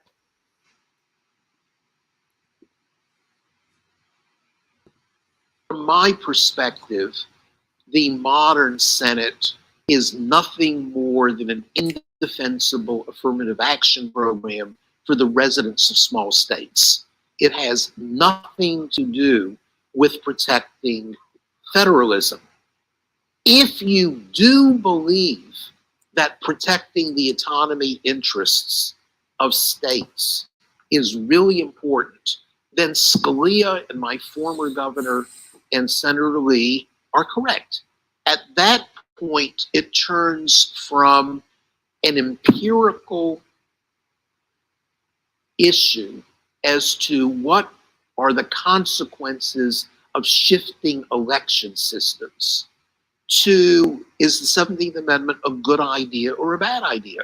I like the idea that we get to vote for senators. I wouldn't repeal the 17th Amendment, but just as I don't believe that defenders of secession as a constitutional possibility are simply stupid and beyond the pale, I certainly don't think that this criticism of the 17th Amendment is stupid. Rather, it calls on us to engage in reflection and choice on how we wish to be governed. 100 years ago, we decided that we wish to be governed by ourselves rather than by state legislatures with regard to choosing senators. I think that was a good decision that we ought to stick with. But I like the idea that we would actually have a serious discussion provoked by senators and Supreme Court judges and governors so that we can actually argue it out rather than simply say, well, this is the way we do things. And how can you possibly think we can do it any way else? You've argued that our Constitution is flawed for being undemocratic. Is it possible in a more democratic, more technologically transparent age to make arguments against direct democracy? Again, you know, a lot of your questions boil or return to the absolutely crucial issue of, given modern technology, is this conducive or ultimately fatal to any kind of democratic project? Let me admit flat out that I'm probably different from most of my friends and family in actually having some good things to say about direct democracy. And the earlier book, which Jeff mentioned, framed America's 51 constitutions and the crisis of governance. The point of the title is that there are actually 51 constitutions in the United States. American lawyers, particularly at elite law schools, tend to believe there's only one constitution. And indeed, we're at the center that would lead you to believe that there's really only one constitution worth thinking about. But one of the things that is distinctive about the United States Constitution, it's not only that relative to many other constitutions across the world, it is undemocratic, but relative to 49 of the 50 other state of the constitutions, it's undemocratic because 49 of the 50 state constitutions include some role for direct democracy. Federalist 63 is where Publius makes it very, very clear that there should be no direct role for we the people in governance. The only thing we should ever do at the national level is vote for representatives who will do our thinking for us, who will make the decisions for us.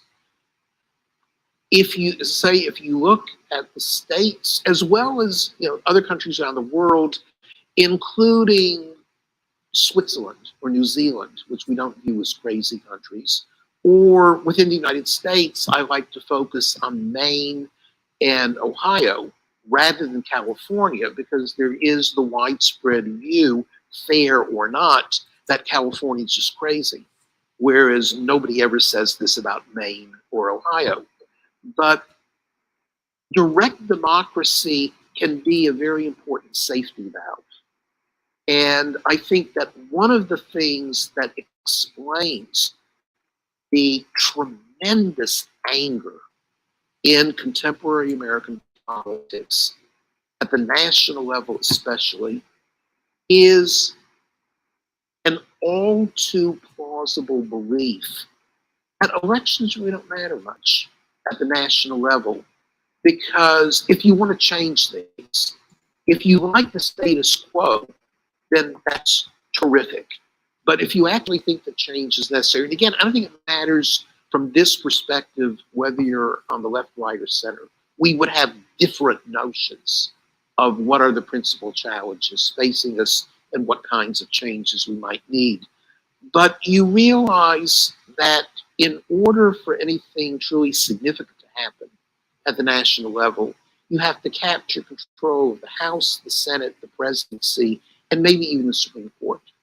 You can't think as you can in many, particularly the Western states, but not only the Western states, of saying, there's a safety valve, that if the established institutions just become too sclerotic, too caught up in gridlock, or simply captured by the interests, there is a way we can do an end run around this. We have no such way at the national level. And it does seem to me that if we ever had a new constitutional convention, one of the very, very important questions we want to ask is not should we replace representative government with direct democracy. That would be lunatic.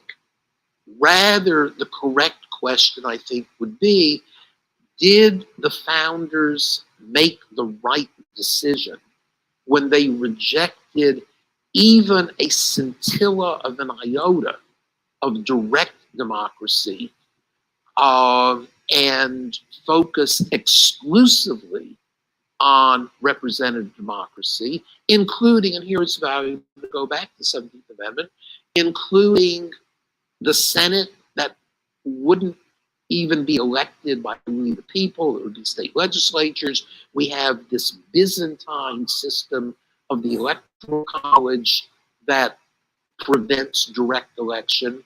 And I think all of these are worth talking about. If you look at the states, and here's where, you know, I can play the Brandeisian Federalist hat. The states are laboratories of experimentation on more little d democratic governance, for better and for worse.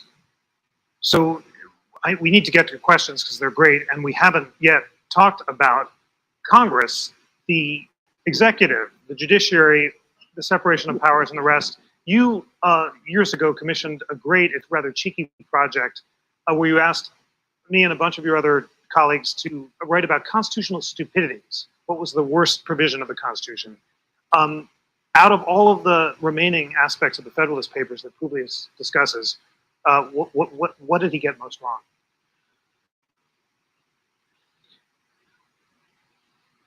It's easy to pick on the Electoral College because, in fact, I think the Electoral College was and remains indefensible.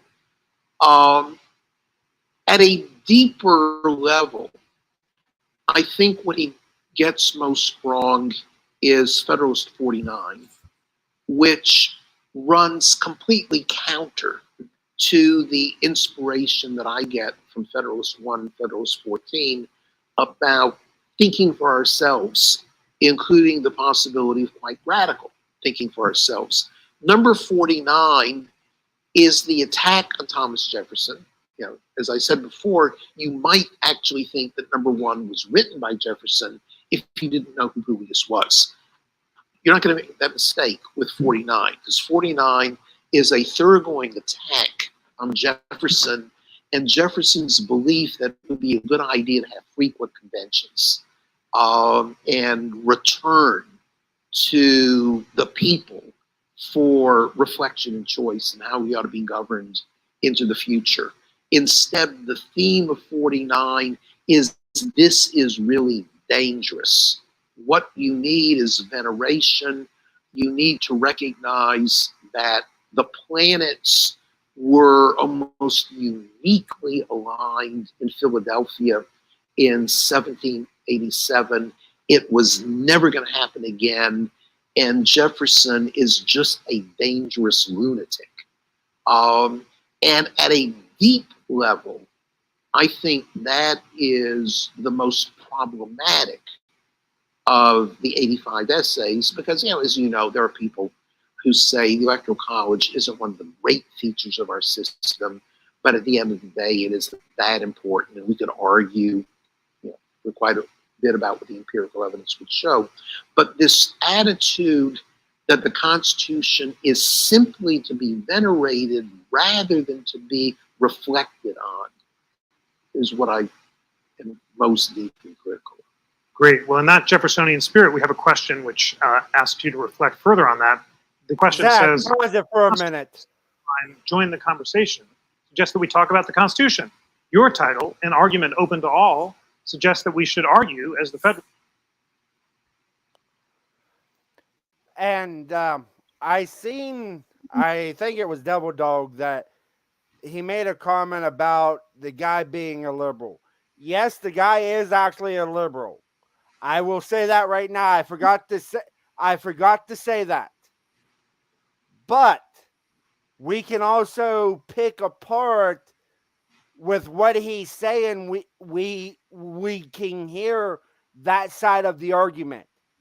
That's why I picked this video for the long video of the night, because it does it does show their bias of them wanting a democracy or a mob rule and not a republic where everyone, even the minority, is protected. So that's, but yes, I forgot to say that. Devil Dog, I'm sorry I forgot to say that.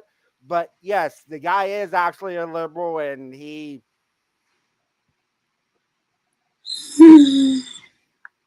But thank you, Zach, for letting me say that.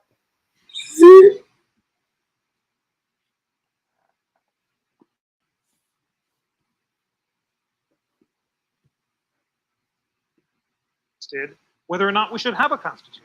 What's your take? That's absolutely correct.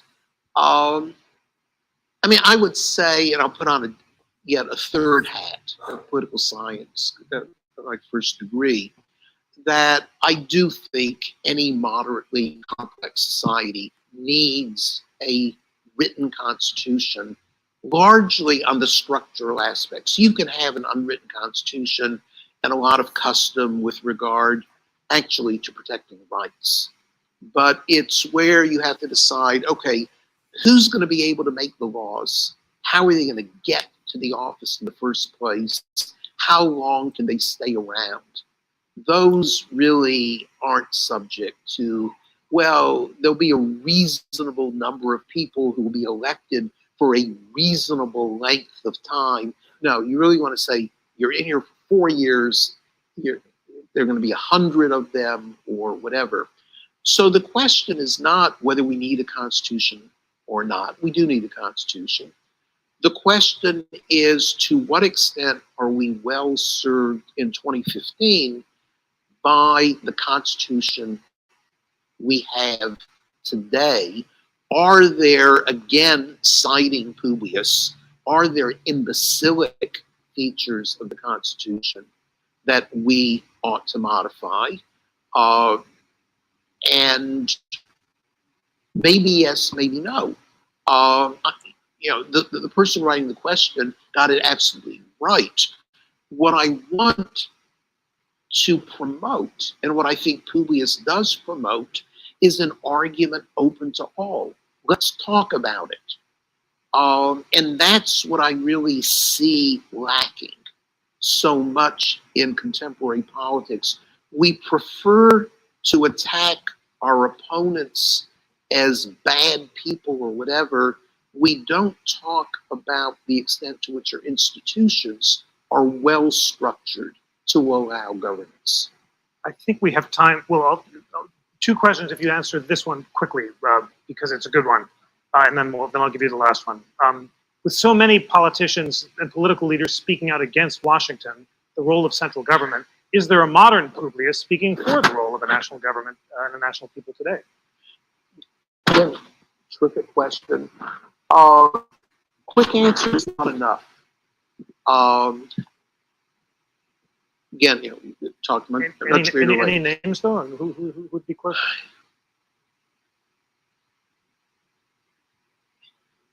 You know, one might have expected President Obama or Bill Clinton, two unusually gifted orators, to make the argument that every single time disaster relief is sent to Iowa or Florida or Oklahoma because of easily foreseeable hurricanes or floods or tornadoes, but money is taken from people who live in Pennsylvania and sent elsewhere.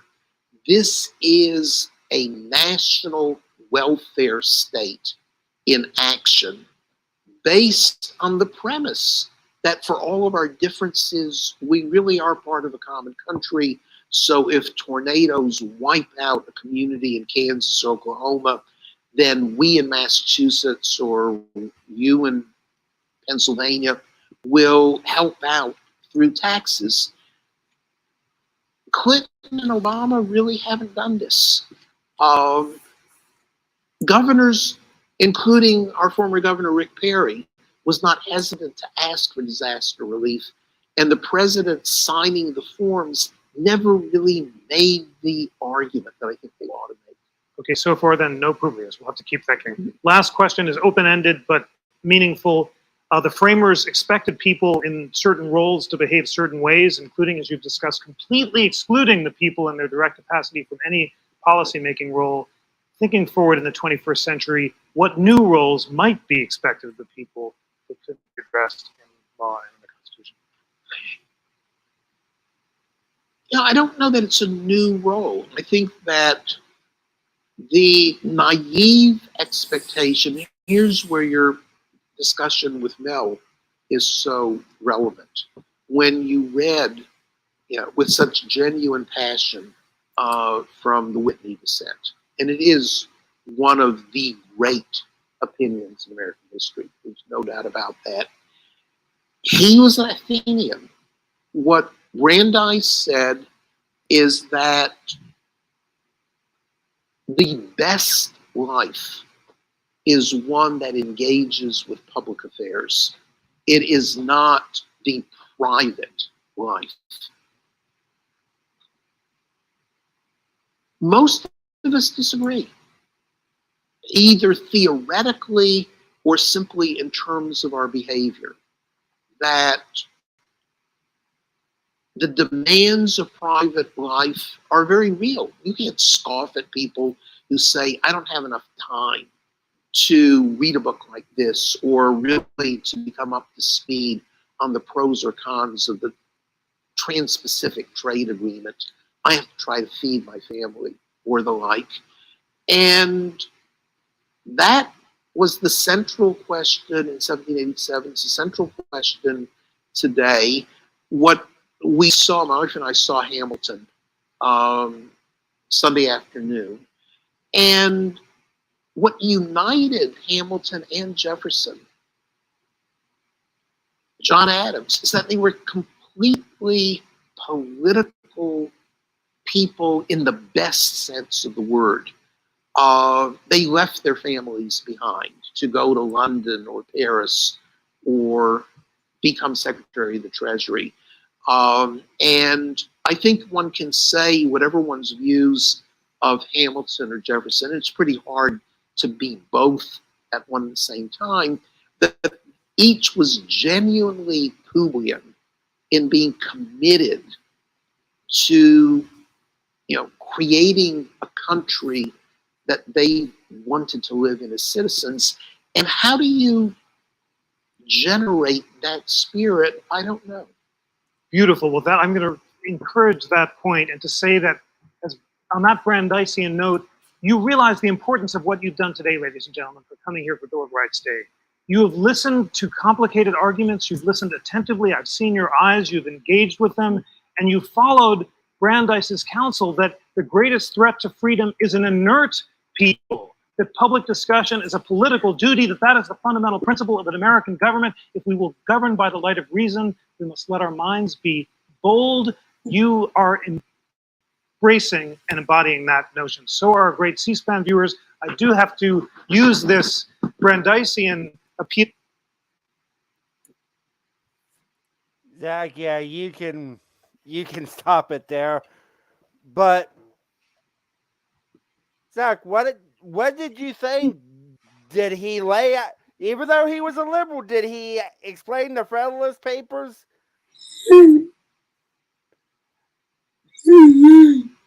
Because, and I don't know about you, Zach, but I like to. Yeah, Chrissy Cat, C-SPAN, it's a whole, but it was. We can listen to them and actually learn from them. We know what they're gonna say.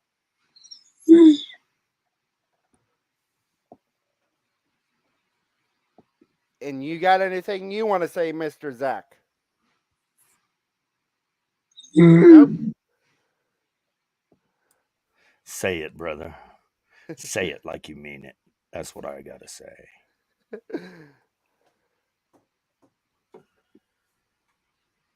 Where you going, Stryker? Good night, Stryker. Stryker is leaving. He'll be over at, he just joined over at Discord.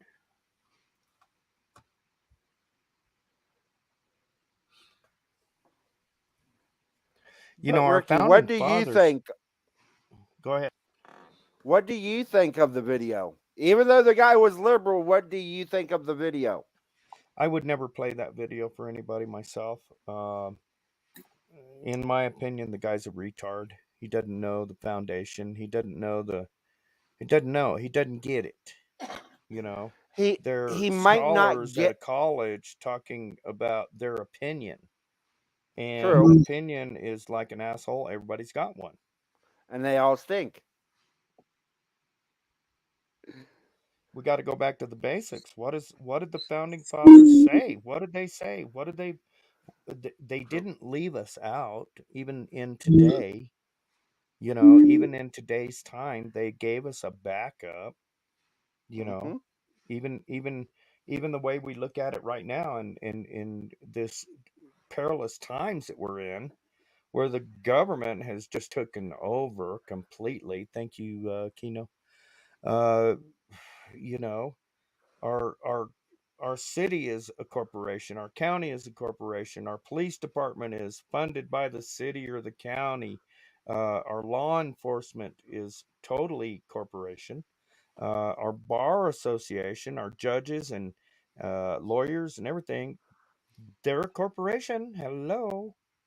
And True. this guy, I mean, I'm sorry, but this guy, not to be rude, but yeah, as Sean Stryker told me in private, I can't believe they're actually playing this guy's video, because there's other great videos out there.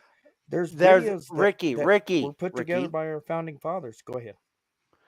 The reason I point the video the way I did is because we can see their talking points, because Zach is trying to share information when you talk to a liberal, because he does go in and actually say that their constitution's been, there's been a number of constitutions like we talk about. It's not about always having the information that we know. It's about knowing what they're going to say. There's a difference, because me and Zach have actually talked about this. Right. So if we know what they're going to say before they even say it, guess what? We know the answers to that question. There's a difference between, because he puts it in the video that he actually, that the Constitution, there's been a number of constitutions, but like you said, at one point, we need to go back to the original that was written in 1787 or 1789, whatever, which one it was. I can't think of when the actual Constitution was first written. 18. No, it wasn't the 1800s. It was the 1700s. It was right after we did the Revolutionary Wars, when the constitutional conventions were. Right. It was written, but it wasn't actually ratified until the 1800s. Right. Yep. Well, we got to be careful. Yeah. We got to be real careful, because they're going to tell us anything they want us to hear. That's very true, and that's why I'm trying to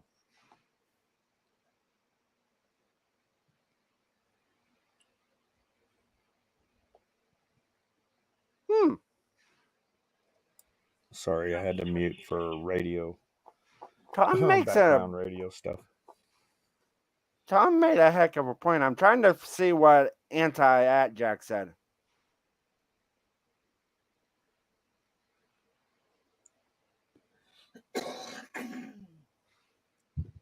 That's another thing. When somebody comes up to me and they're bitching and whining about our government, first thing I ask them is, Ricky, Ricky. Zach got something. Zachary. I just wanted to play that video so we could see how the other side thinks. I understand that he is a liberal, but we need to listen to everything, because that way we aren't judgmental and can steer in the right direction. That makes sense. That really makes sense. But, and can you put anti-Jack's comment to Tom about election day?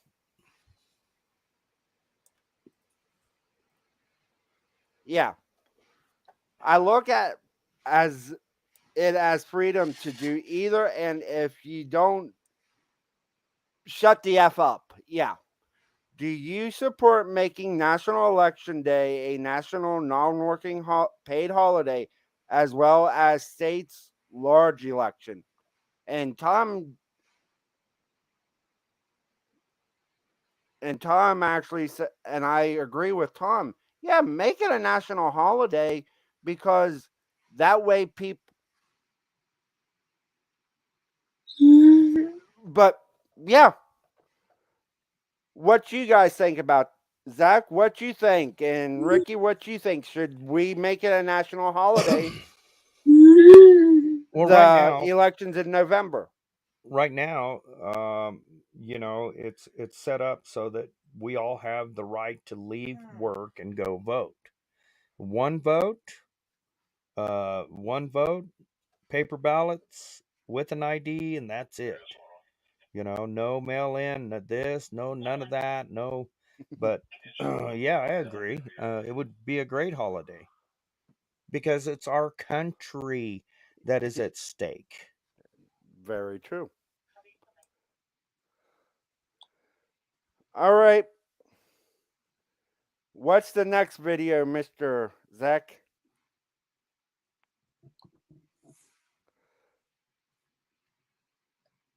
Yes. All right.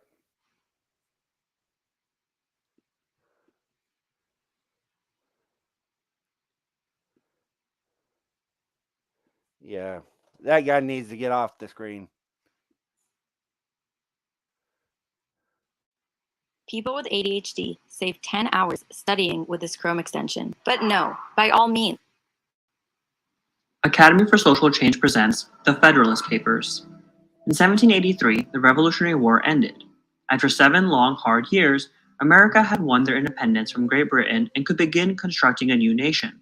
This, however, proved to be no easy feat. The country's first constitution, the Articles of Confederation, created a federal government that had little authority over the individual states and no ability to levy taxes or regulate commerce.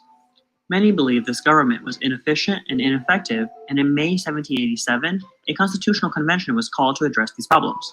Instead of simply editing the articles, however, the delegates to the convention wrote an entirely new constitution that outlined a strong central government and established a system of checks and balances. Before this document could become the new constitution of the country, 9 out of the 13 states had to ratify or approve it. The Federalist Papers are a collection of essays that attempted to convince the people of New York to support the proposed constitution. The Federalist Papers are a series of 85 essays written by Alexander Hamilton, John Jay, and James Madison that aim to convince the people of New York to support the new constitution. They were published under the pseudonym Publius in various New York newspapers from 1787 to 1788. Before the new constitution could be instituted, 9 out of the 13 states had to ratify it. Americans were split into 2 main camps: anti-federalists who opposed ratification and worried that giving the federal government more power would make it susceptible to tyranny, and federalists who supported ratification. New York was a hub of anti-federalist sentiment. Many anti-federalists published articles in New York newspapers arguing that the proposed constitution gave Congress too much power and would threaten American citizens' hard-won freedoms.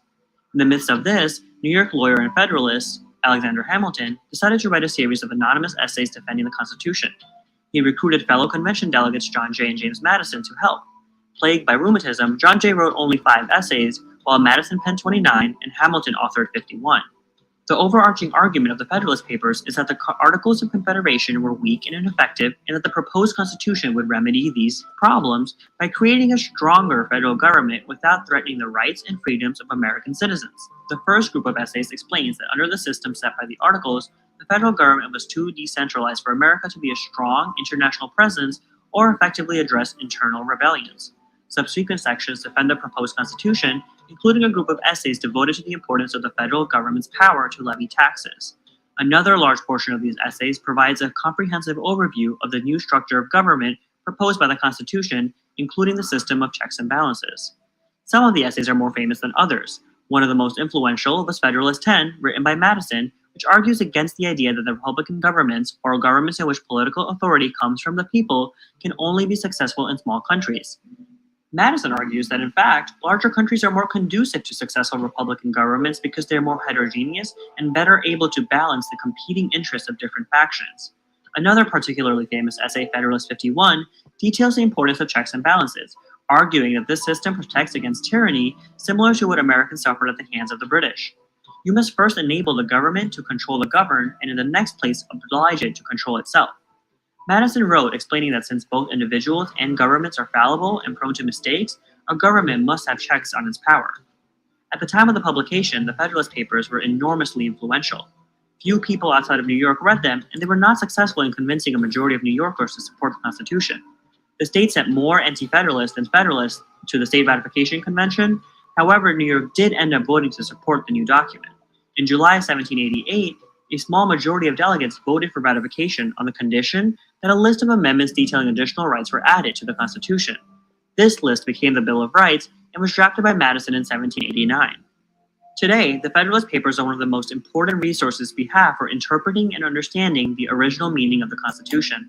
The essays provide a comprehensive explanation of the principles and structure of government laid out in the Constitution and have been cited in Supreme Court cases for centuries.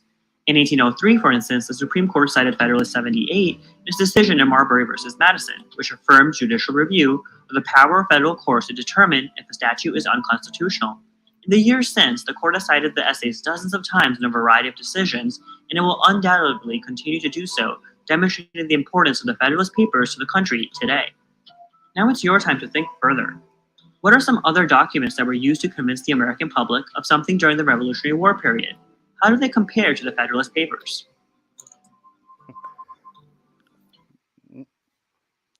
Now that's an interesting question.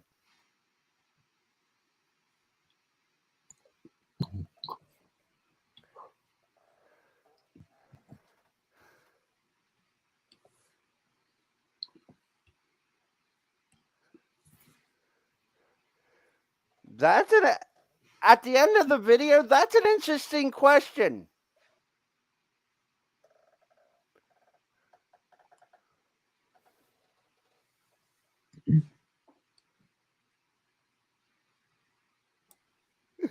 ▲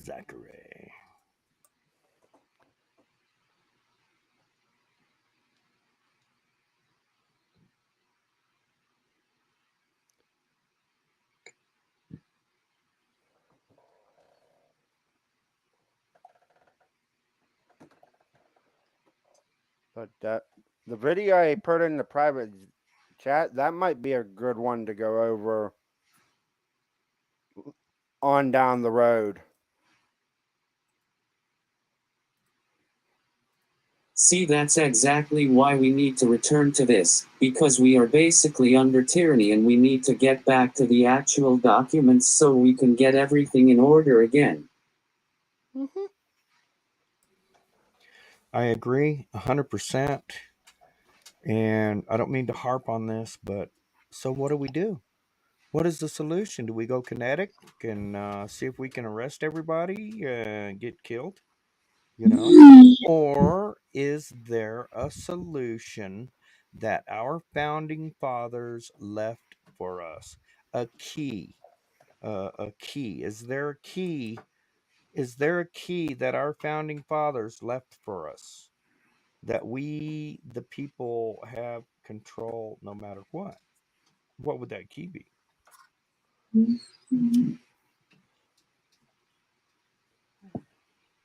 I know what Is it it? is.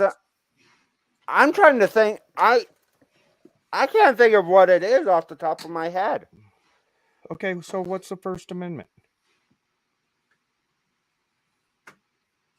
We have the right, free speech, Five things. What is it? What are the 5 things in our First Amendment? And why is the Second Amendment there to protect our First Amendment? What are those 5 key elements of our First Amendment? freedom of speech, freedom of religion, freedom of the press, able to air our grievances with the government, and I can't think of the 5th one. The fifth one I can't think of. Assembly. Assembly. Yes. The right to assemble. Okay, does that mean Yes. we have the right to go hang out at Walmart in the parking lot?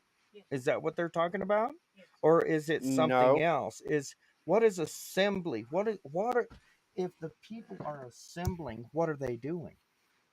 Are they just hanging out at, McDonald's or in the park? Oh, we have a right to go assemble in the park. Okay, that sounds cool. That should be part of the First Amendment. Sounds really good to me. We have the right to go to church, right? But is that what the founding fathers were talking about? No, We're it allowed. was not. The right That- to assemble, listen real careful.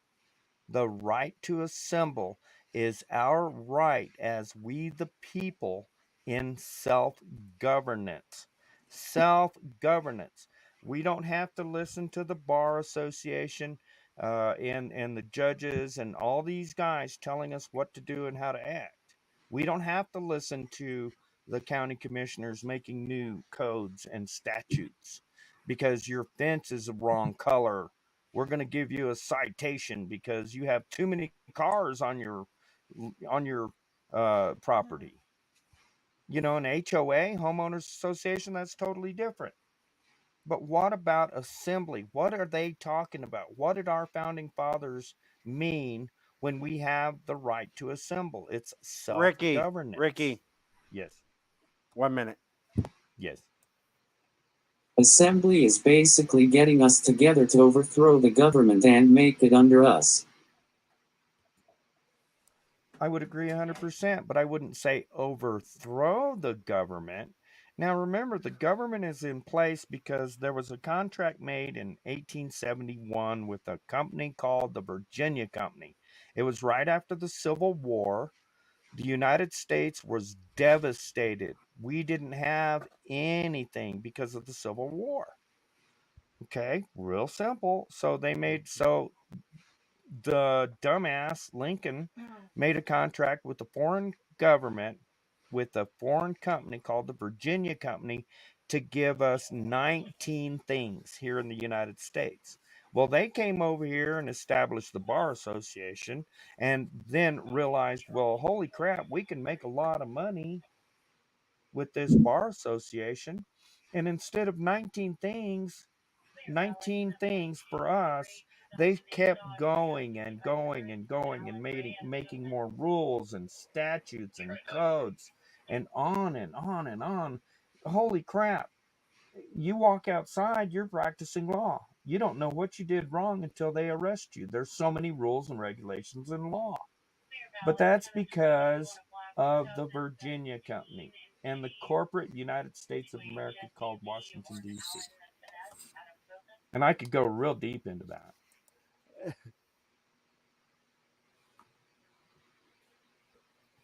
Ricky, thank you for reminding me of that, because my brain's not working right at the moment. But thank you for reminding me about the right to assemble. Yeah, it's self-governance. Once the people are in assembly, we have our own grand juries.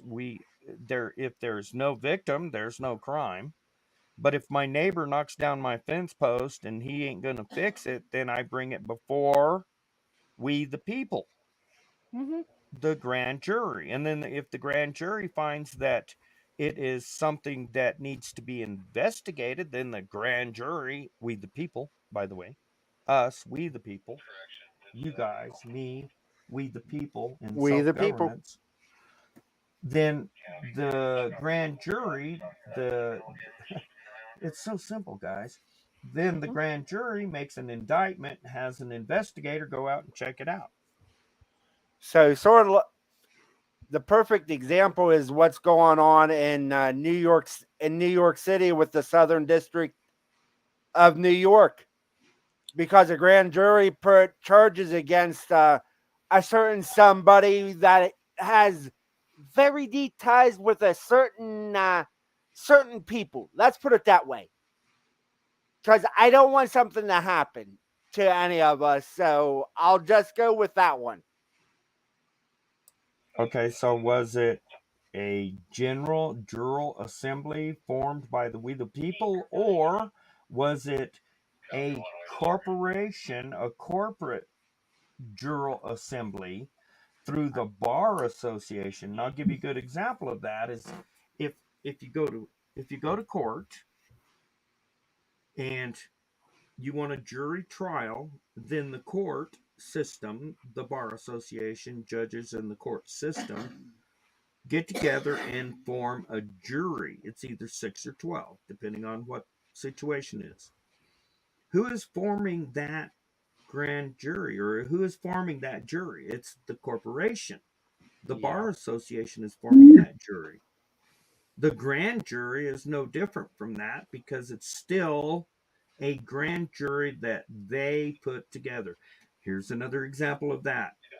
When I go to court and I am arrested and I have charges up on me, and I say, well, I want to take this to a jury. What it says, what the Constitution says, is a jury of your peers. The jury is supposed to be made up of people that know you, not something they pick out for you.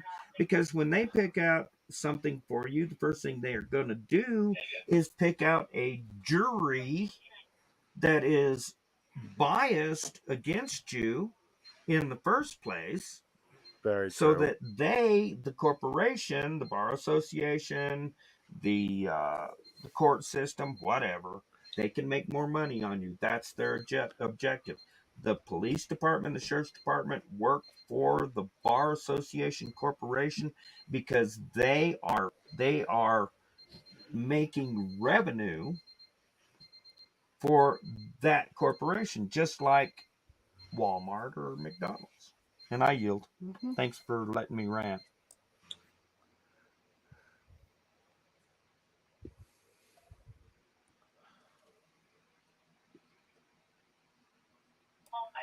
See, we the people in assembly is totally different.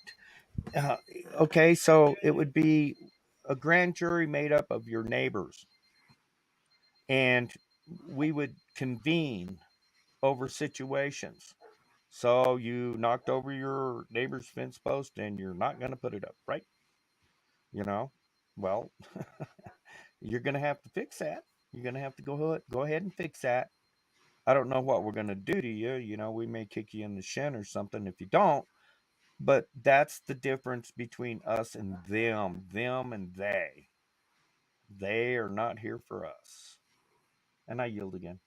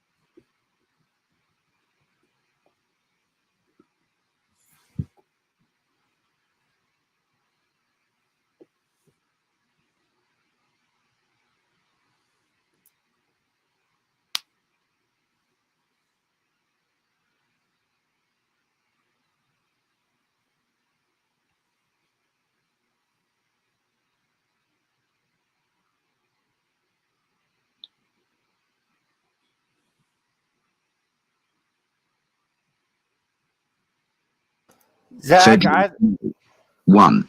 General Introduction. For the Independent Journal. Author, Alexander Hamilton. I was about to say it might just be a slideshow. I didn't know I couldn't remember if there was a voice with it or not. To the people of the state of New York, after an unequivocal experience of the inefficiency of the subsisting federal government, you are called upon to deliberate on a new constitution for the United States of America. The subject speaks its own importance. comprehending in its consequences nothing less than the existence of the Union, the safety and welfare of the parts of which it is composed, the fate of an empire in many respects the most interesting in the world. It has been frequently remarked that it seems to have been reserved to the people of this country, by their conduct and example, to decide the important question, whether societies of men are really capable or not of establishing good government from reflection and choice, or whether they are forever destined to depend for their political constitutions on accident and force. If there be any truth in the remark, the crisis at which we are arrived may with propriety be regarded as the era in which the decision is to be made, and a wrong election of the part we shall act may, in this view, deserve to be considered as the general misfortune of mankind. This idea will add the inducements of philanthropy to those of patriotism, to heighten the solicitude which all considerate and good men must feel for the event. Happy will it be if our choice should be directed by a judicious estimate of our true interests, unperplexed and unbiased by considerations not connected with the public good. But this is a thing more ardently to be wished than seriously to be expected. The plan offered to our deliberations affects too many particular interests, innovates upon too many local institutions, not to involve in its discussion a variety of objects foreign to its merits, and of views, passions and prejudices little favorable to the discovery of truth. Among the most formidable of the obstacles which the new constitution will have to encounter may readily be distinguished the obvious interest of a certain class of men in every state to resist all changes which may hazard a diminution of the power, emolument, and consequence of the offices they hold under the state establishments, and the perverted ambition of another class of men, who will either hope to aggrandize themselves by the confusions of their country, or will flatter themselves with fairer prospects of elevation from the subdivision of the empire into several partial confederacies than from its union under one government. It is not, however, my design to dwell upon observations of this nature. I am well aware that it would be disingenuous to resolve indiscriminately the opposition of any set of men merely because their situations might subject them to suspicion into interested or ambitious views. Candor will oblige us to admit that even such men may be actuated by upright intentions, and it cannot be doubted that much of the opposition which has made its appearance, or may hereafter make its appearance, will spring from sources, blameless at least, if not respectable. The honest errors of minds lead astray by preconceived jealousies and fears. So numerous indeed and so powerful are the causes which serve to give a false bias to the judgment, that we, upon many occasions, see wise and good men on the wrong as well as on the right side of questions of the first magnitude to society. This circumstance, if duly attended to, would furnish a lesson of moderation to those who are ever so much persuaded of their being in the right in any controversy. And a further reason for caution, in this respect, might be drawn from the reflection that we are not always sure that those who advocate the truth are influenced by purer principles than their antagonists. Ambition, avarice, personal animosity, party opposition, and many other motives not more laudable than these, are apt to operate as well upon those who support as those who oppose the right side of a question. Were there not even these inducements to moderation, nothing could be more ill-judged than that intolerant spirit which has, at all times, characterized political parties. For in politics, as in religion, it is equally absurd to aim at making proselytes by fire and sword. Heresies in either can rarely be cured by persecution. And yet, however just these sentiments will be allowed to be, we have already sufficient indications that it will happen in this as in all former cases of great national discussion. A torrent of angry and malignant passions will be let loose. To judge from the conduct of the opposite parties, we shall be led to conclude that they will mutually hope to evince the justness of their opinions, and to increase the number of their converts by the loudness of their declamations and the bitterness of their invectives. An enlightened zeal for the energy and efficiency of government will be stigmatized as the offspring of a temper fond of despotic power and hostile to the principles of liberty. An over-scrupulous jealousy of danger to the rights of the people, which is more commonly the fault of the head than of the heart, will be represented as mere pretense and artifice, the stale bait for popularity at the expense of the public good. It will be forgotten, on the one hand, that jealousy is the usual concomitant of love, and that the noble enthusiasm of liberty is apt to be infected with a spirit of narrow and illiberal distrust. On the other hand, it will be equally forgotten that the vigor of government is essential to the security of liberty, that, in the contemplation of a sound and well-informed judgment, their interests can never be separated, and that a dangerous ambition more often lurks behind the specious mask of zeal for the rights of the people than under the forbidden appearance of zeal for the firmness and efficiency of government. History will teach us that the former has been found a much more certain road to the introduction of despotism than the latter, and that of those men who have overturned the liberties of republics, the greatest number have begun their career by paying an obsequious court to the people, commencing demagogues and ending tyrants. In the course of the preceding observations, I have had an eye, my fellow citizens, to putting you upon your guard against all attempts, from whatever quarter, to influence your decision in a matter of the utmost moment to your welfare, by any impressions other than those which may result from the evidence of truth. You will, no doubt, at the same time, have collected from the general scope of them that they proceed from a source not unfriendly to the new constitution. Yes, my countrymen, I own to you that, after having given it an attentive consideration, I am clearly of opinion it is your interest to adopt it. I am convinced that this is the safest course for your liberty, your dignity, and your happiness. I affect not reserves which I do not feel.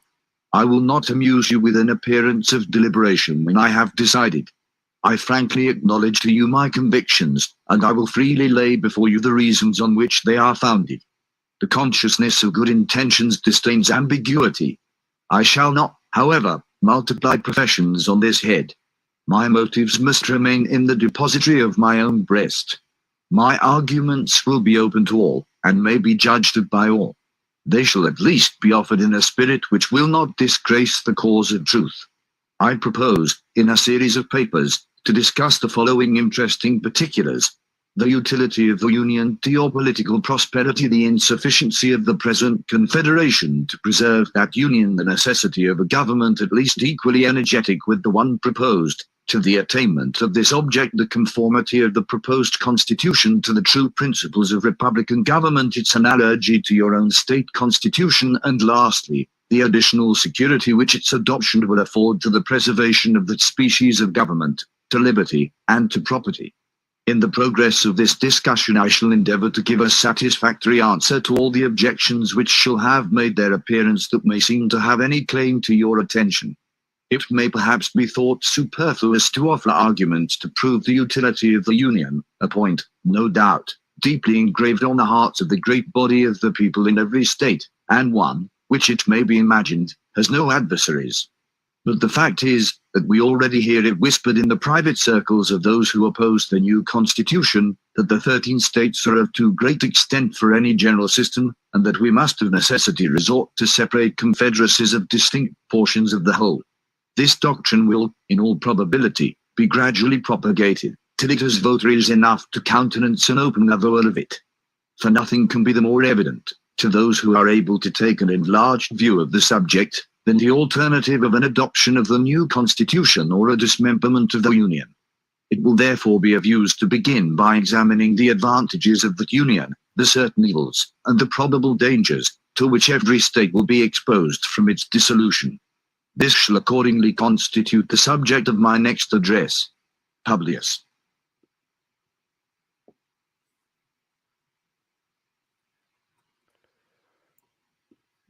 And the reason I had Zach why I gave this one to Zach, it actually shows what the Federalist Papers were supposed to do.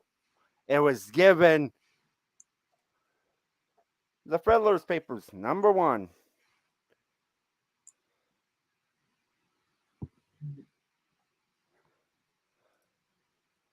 But yeah, that's why I...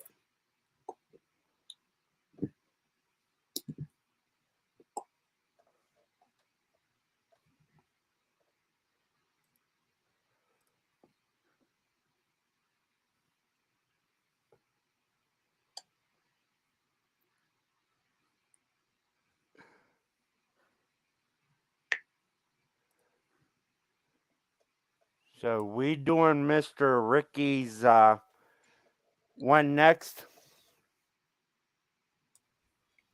You know what? If you guys do that video, let me tell you something. Just stop. All right. Stop whatever you're doing and listen real careful, because this video, if you do the video, this video is our founding fathers and what they were thinking and why it's set up the way it is and why we have the language we have. Remember, the Bar Association has foddered our language. You know, they say a assault weapon, but what is it really? An assault weapon? It's anything that's used in an assault. You dumbasses. So, Anyway, so this Ricky, in video- other words, what you're saying is a rock can be an assault weapon? Absolutely. Your hand, a glass, a mug, a beer bottle, whatever. That's an assault. A frying pan? I was trying to get people to laugh with that one. It's word salad, and it's It what is. they use against us every day is the Bar Association word salad. A spoon. Oh my God. Don't hit me with a spoon, please.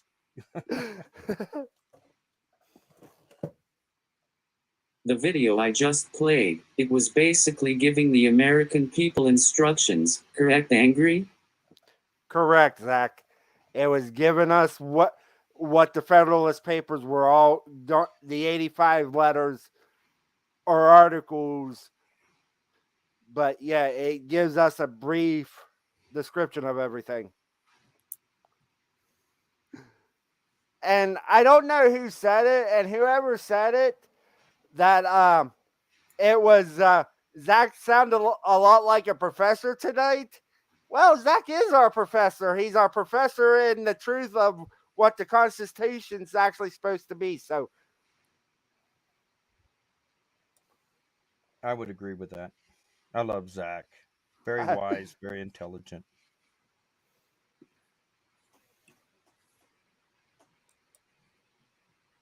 Uh-oh, where'd my camera go? your camera went away. But I've actually seen this video, and it is a very good video. It's actually heart moving and overwhelming if you stop and listen to it and think about it for a second. Holy crap. Good stuff. Is this it? I'm going to mute. Mm-hmm. Crank it up, people. Take notes. Sit back and relax. Have yourself a bowl or whatever you're drinking out there and just listen to this, because when I first heard this, it blew me away. Gesundheit.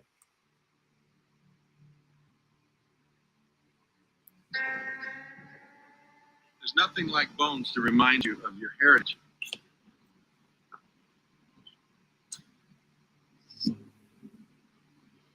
That's why I like bringing people up here, because it reminds us of our own mortality, reminds us that we are in a relay race.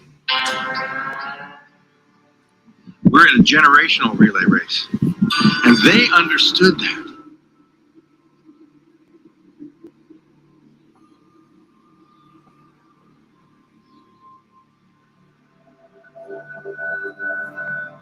This is William Bradford's.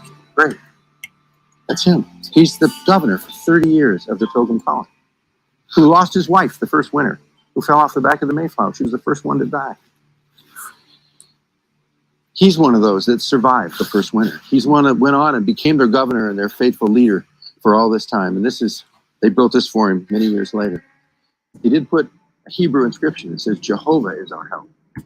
That's from him, because he himself taught himself Hebrew to be closer to Moses, closer to the Old Testament, so he could be closer to God. They had a love for God and a love for their families and a love for freedom that brought them to this world. And William Bradford exemplifies it. I wish they had left us some kind of a training manual, some kind of a secret sauce recipe card that we can pick up and go, all right, here's what it is. Here's what we do. What do we do? How do we get back to that? Now, when the children of Israel going into the promised land, they crossed the Jordan River, and God stood it on in, and they walked across. And before the waters stopped parting, God told them to take 12 stones from the bottom of the river and put it up on the top of Mount Gilgal and make a monument, so that when your children ask, "What are these stones?" you will be able to tell them, "This is where God parted the sea." And that's what the pilgrims left us. They left us a monument that not only gives tribute to what was accomplished here, but it gives us a specific strategy, a breakout of a blueprint of if we would ever forget what made America great, what made us free, we can go back and follow that strategy, and it's right up on a hill a half mile from here. Right here? Right here.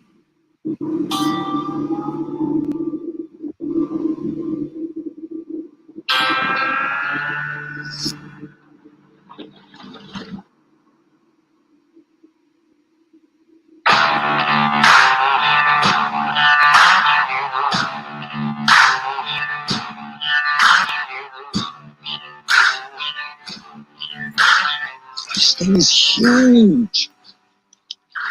It's 180 tons of solid granite. It's the largest granite monument in America, and it's hidden on a hilltop overlooking Plymouth in a residential neighborhood. I've never heard of this. Hardly anybody in America knows about it, and yet the people of America put this together over a 70-year period, paid for by the Congress, paid for by the state legislature in Massachusetts, as a strategy laid out. You call it the Matrix of Liberty, that was given to us by the forefathers, by the pilgrims. And those 130 years ago, when they built this, wanted to leave this behind for us, so that if we would ever forget how liberty is built, we would know what to do to regain it. This is how they did it. This is how they did it. Now, if somebody else wants to try another way, which is what's happening today in America, we're trying 1,000 ways to turn America around, but this is the way it was done. This is it. The only successful strategy of liberty that has ever been carried out in the history of mankind. Well, let's walk through it. And let's take this strategy apart. What does this mean? What are they trying to tell us here? So where do you start? Her name is Faith. It says so right there. And she is pointing her finger to heaven. Why? For God is. For God is, because her faith is in the God of the Bible, in Jesus Christ. They knew that the only faith that could bring true liberty was a faith in the one true God and his Bible. And you see a Bible there, an open Bible. It's a Geneva Bible. The pages are opened up, which meant that they read it. And as they read it, and as they had faith in God, he gave them wisdom. That's why you see the star on her forehead. She's given wisdom to know how to live in this world. And all of the rest of these statues, each one weighing almost 20 tons, is tied to faith, because without faith, it falls apart. And that's the beginning of it all. Where do we go from there? From here, you need to go to character or morality. And you'll notice, Because that's the internal liberty. that is the internal liberty, which is the beginning of all freedom. She is called morality. Notice that she has no eyes. That is on purpose, because she's looking internal character, the transformation of the heart first, and then that brings external transformation. And notice that she has the 10 Commandments in her left hand and the scroll of Revelation in the right. What would that signify? The Bible. Exactly. That if you want to have morality, there has to be a standard. And more than that, there has to be an internal transformation. This is speaking of the need to internalize and allow God to change our hearts and our mind first. Because in England, you had top-down morality imposed on people. Do this, do that. You're moralizing people, but you're saying their morality started in the heart.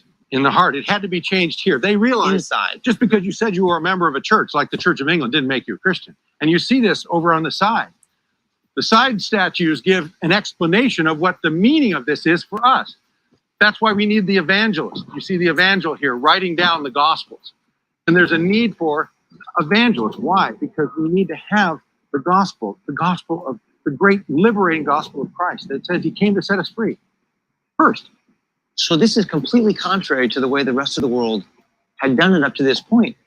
The pilgrims are saying that morality starts internally with the gospel. The evangelist has to preach the message that transforms the heart, and then you want to do what's right, rather than being forced to do what's right from the king who tells you what good and bad is. That's it. Okay, what's next? What's next is, and you see the development of it, if you want to have a free civilization, you need to have civil authority or civil law that will give a base for that freedom. In other words, you've got to have some degree of order in society. And that order, as you see here, is built upon law. The principles of God's law then are related into the civil law. And that's what we see here in his left hand. We also see his hand, his right hand is extended in mercy. Mercy toward those that he's dealing justice with. Why? Because this form of law has a degree of equity in it. You see this in the side statutes where yeah. Justice. She's holding the scales of justice with justice and equity, which means that, you know, when a crime is committed, it should be cared for in terms of its punishment, the same for the rich and for the poor and for everyone else. There should be equality under the law. On the other side, we notice that this form of law is different than the laws of so many nations that are built on tyrants, that are built on, if the Aztecs wanted to cut your heart out, they just cut your heart out. Here, mercy. Mercy built upon the base that he offers us, mercy and grace, along with law. And in this form of law, there is that tremendous mercy. So you have to start with faith. Faith in the true God that produces the internal morality of the heart. You have a standard by which to judge what good and bad is, and then you create a moral system of law to have a basis for a free and just society that can mete out justice when crimes are committed, but also extend mercy to people and show them grace. And then that gives you the freedom. Once you have a society that's built like this, now you have a civility in society. Now you can educate your children.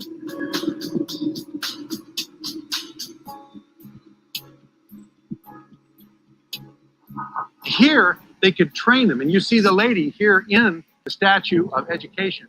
And she is opening the Word of God or the Book of Knowledge. And she has got the wreath of victory she's wearing, about a 25-year-old woman. She is educating her children, and she is sitting in victory. Why is she sitting in victory? Because she has trained her children up in the way they should go and prepared them so that the next generation that came after them would know the strategy of how to carry on the truth and carry on a free civilization. Isn't that amazing? And what's on her side over here? Over here, you see her training her child. And she has a book in her one hand, and then he has a scroll where he is writing on the other. And this is youth, trained in their youth. It was the parents' responsibility to educate. And so this would be the mother training up a child in the way he should go. You know what I think is interesting is that they had just left England and left this top-down government system. So when they got here, their idea of education wasn't send your kids off to a government school to educate them. It was the parents' responsibility to do this, particularly because their worldview was different than the government's worldview, which would have been, no, you're a nobody, you're a slave, you just lay down on your back and do whatever the king says, which is sort of the attitude that we get in most governments today, is that you just do whatever the government says, whereas they're saying, no, it's our responsibility as parents to educate our kids and to teach them faith and internal morality, and to understand the importance of fair, just, and merciful laws. And it's passed down from generation to generation. And if you see on the other side, you'll see how the grandfathers played a role. For it's not just the father. Of course, the father and the mother are the key educators. But the key is the hoary heads. Those are the older ones who also have a role. Because you see the guy with the beard here, he's the old guy. And what do you see his left hand pointing to? There's a book, and it looks like we got the 10 Commandments again. 10 Commandments and an open Bible. Okay? And so he, being older and wiser, he knows the commandments, he knows the Word of God, and then he is pointing to that, and then on the other side, what do you see of it? That's the world. The world, right. So he is teaching the younger generation, both his daughter and his grandchildren, how the world works from a biblical perspective. And all of this leads to something, Kirk, and that's, you see the strategy building from the internal to the external, to the law, to education, to pass it on to the next generation. And what are they passing on? They're passing on liberty. And this is what is the result of living out that strategy. In his name is liberty.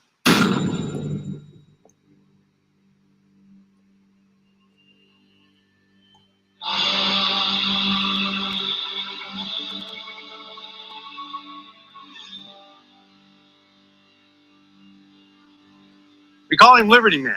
Look at this guy. He's a Liberty stud. hero. Now this guy is not a guy you want to mess with, right?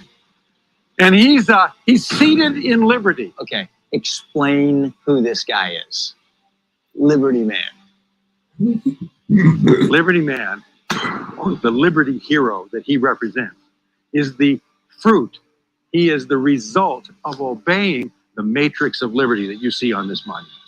And he is seated in liberty. Now, I want you to be careful to notice these details. Notice that he's holding broken chains in his left hand. Notice that he has, where the chains were, bound to his legs. Notice that he is now seated in liberty. He's got that good look on his face like, listen, I'm free, but I'm looking out, defending my liberty, but I'm free. And notice the claw that is on his right shoulder. That claw relates to a skin that goes around to the left here, and you see a lion's head, an entire lion skin. That ultimately represented the lion of the English tyrant back in those days. So he has slain the lion. He's slain the lion, and that's what it says here on the left. Tyranny is defeated, and you see Liberty Man standing over tyranny with his foot on the chest of tyranny. He's holding tyranny down. And again, the Pilgrims won this victory without violence of any kind, except living out God's principles. You know, one of the things that's striking me is the fact that this is talking about our forefathers, the Pilgrims, but this guy is not some wimpish little religious guy. I mean, this guy is a stud, right? Yeah. He's strong. He's looking out. He has just defeated a beast, and he's got a sword in his hand. That's right. And he's here to protect, right? That's right. He's here to protect his family and to defend the laws that they have made, and ultimately to defend their values and their character, their faith. Exactly, exactly. And it shows you that if you do it right, you can be strong as an individual, you can defend liberty, and if need be, you can fight. You don't want to fight, but if you have to, you're ready. But the point is, because you've done it God's way, there is a long-term blessing that goes with it. This is awesome. This is it. This is it. So, Kirk, this is that recipe. This is that strategy, that matrix that was what built America. This is it. And if we want to try something else, yeah, people can try other things. But in the history of the world, the one strategy that has brought more liberty, more prosperity, and more joy than any other is this strategy. Why would you go anywhere else?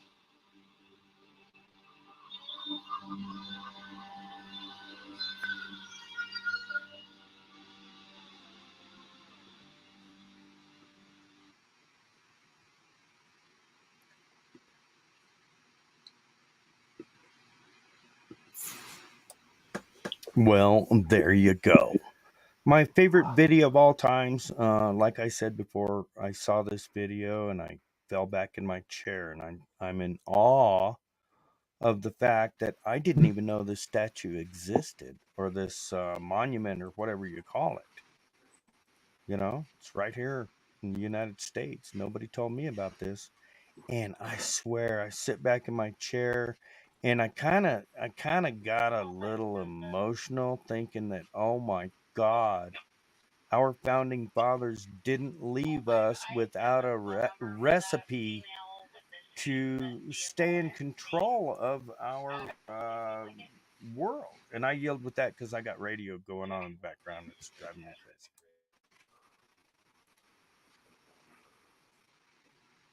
And Chrissy Cat, I am putting the link to that video in the chat right now. There you go. That was I am going to say this now. That was a heck of an interesting video thinking about the pilgrims and them leaving us a blueprint that ties into what we're actually talking about, Zach. I forgot all about that video. I've actually seen the video before. I just forgot all about it. A recipe. A recipe for our nation. Yeah, guys, share that video.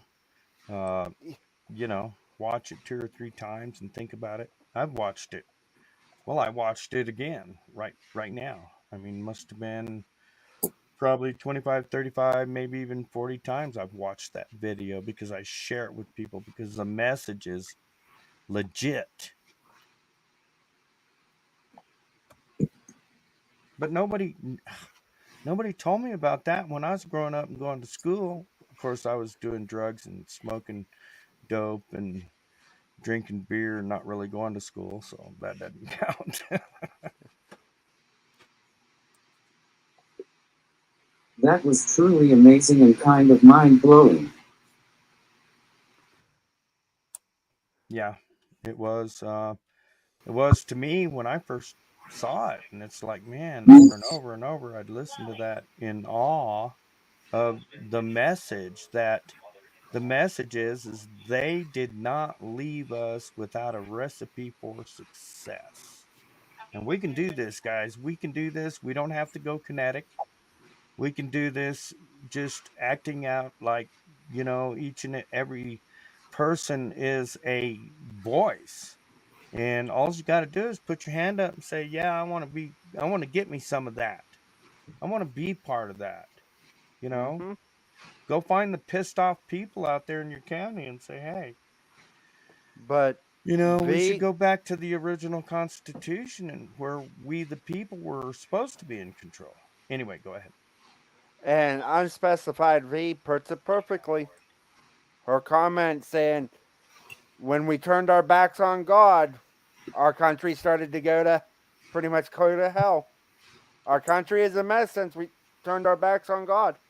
And V, Right. You're right. I hope, I'm going to say this for me, and I know Zach feels the same way. We want to get back to that God that's in the Bible. We want people to come and be a part of the life that me and Zach have known most of our lives because of the things we went through. That's why I'm so passionate about Zach and sharing his information, because he is my brother. Me and him have had discussions, and I love the man. So please share this video out with your friends and family so people know what we're trying to push forward. Right. I don't know if Zach's my brother or my cousin or just my best friend. All I know is if he acts up, I'm just going to grab him by the ear and say, come on, brother, let's go do something. Sometimes Zach needs a good wake-up call from time to time. But I love this. I got to say something real quick, to all the wonderful people in chat. Virginia, Rick, Chrissy, Unspecified. Oh my gosh. Top Spin. All you guys in here in chat. I love you guys. It's really hard to follow chat and kind of stay up on top of what you're thinking about. T-Girl, Garrett. Oh my God. There's so many great people down in that chat right now. Oh yeah, remote viewer. I just could go and go and go, and if I didn't mention your name, I am sorry. I apologize. Because you know what? You're all family and you're all here, and that's what it's all about. And this is kind of cool. I love it. I got to go to the outhouse. I'll be back. I just want to make this country whole again. I just believe God put me in this position to help us fix this. Jack, you're the right man for the job. I will say that from me, you are the right man because we know where your heart lies. So I will say this now, keep up the great work, bud. And do we have one more video to do? All right, that's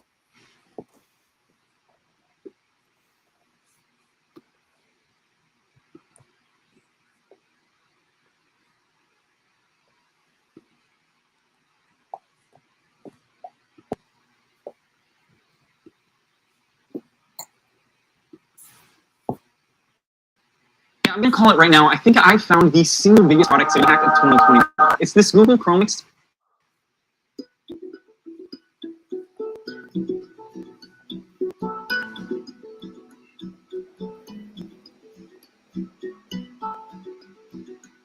Hey there, students. Tom Ritchie here at the Marco Learning Studio. We want to think about taking ourselves back to 1787 and seeing people's first impression of the Constitution. And some of them weren't so impressed. Now, the Articles of Confederation, as we've mentioned elsewhere, weren't working. They weren't effective in giving us some sufficient order to go with our liberty. And a lot of Americans knew there's something wrong here and something needs to be done. So the solution was to call a convention in Philadelphia and get together and amend the Articles and figure out how is it that we can make the Articles of Confederation work. So these people got together at Philadelphia and they came out of there and they said, hey, we've got this whole new document we put together.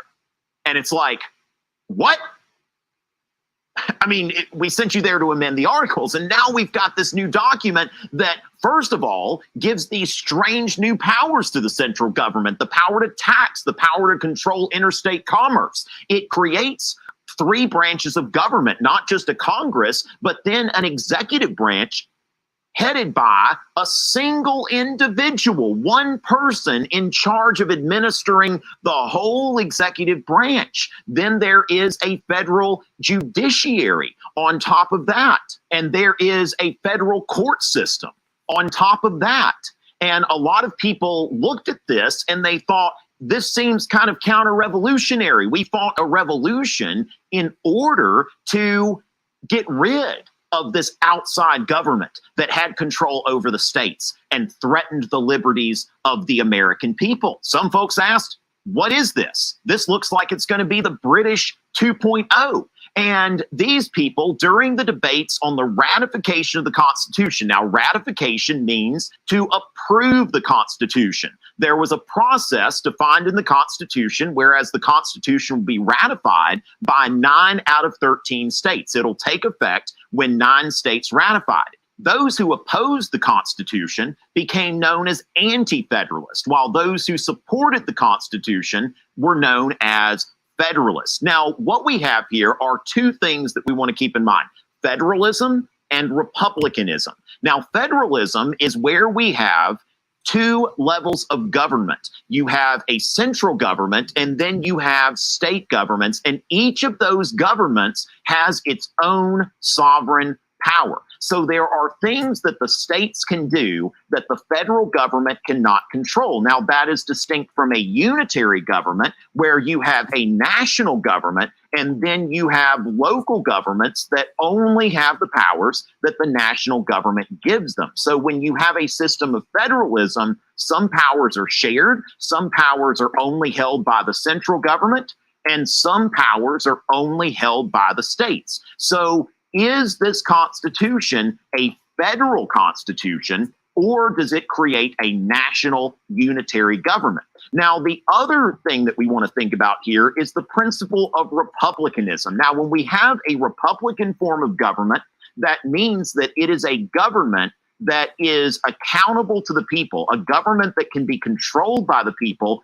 a government that answers to the people. So our 2 big questions here: does the Constitution create a federal government, and does the Constitution create a republican government? Now, the anti-federalists, they believed that the Constitution would create a government that is neither federal nor Republican. It will create a unitary government that is beyond the control of the people.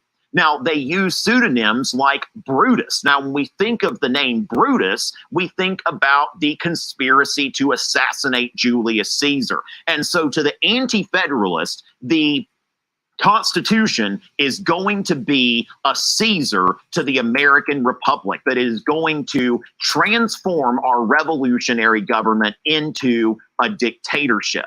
Now, the Federalists, they claim that the Constitution is both federal and Republican, that even though this Constitution grants new powers to the government, that there are sufficient checks and balances to keep this from getting beyond the control of the American people.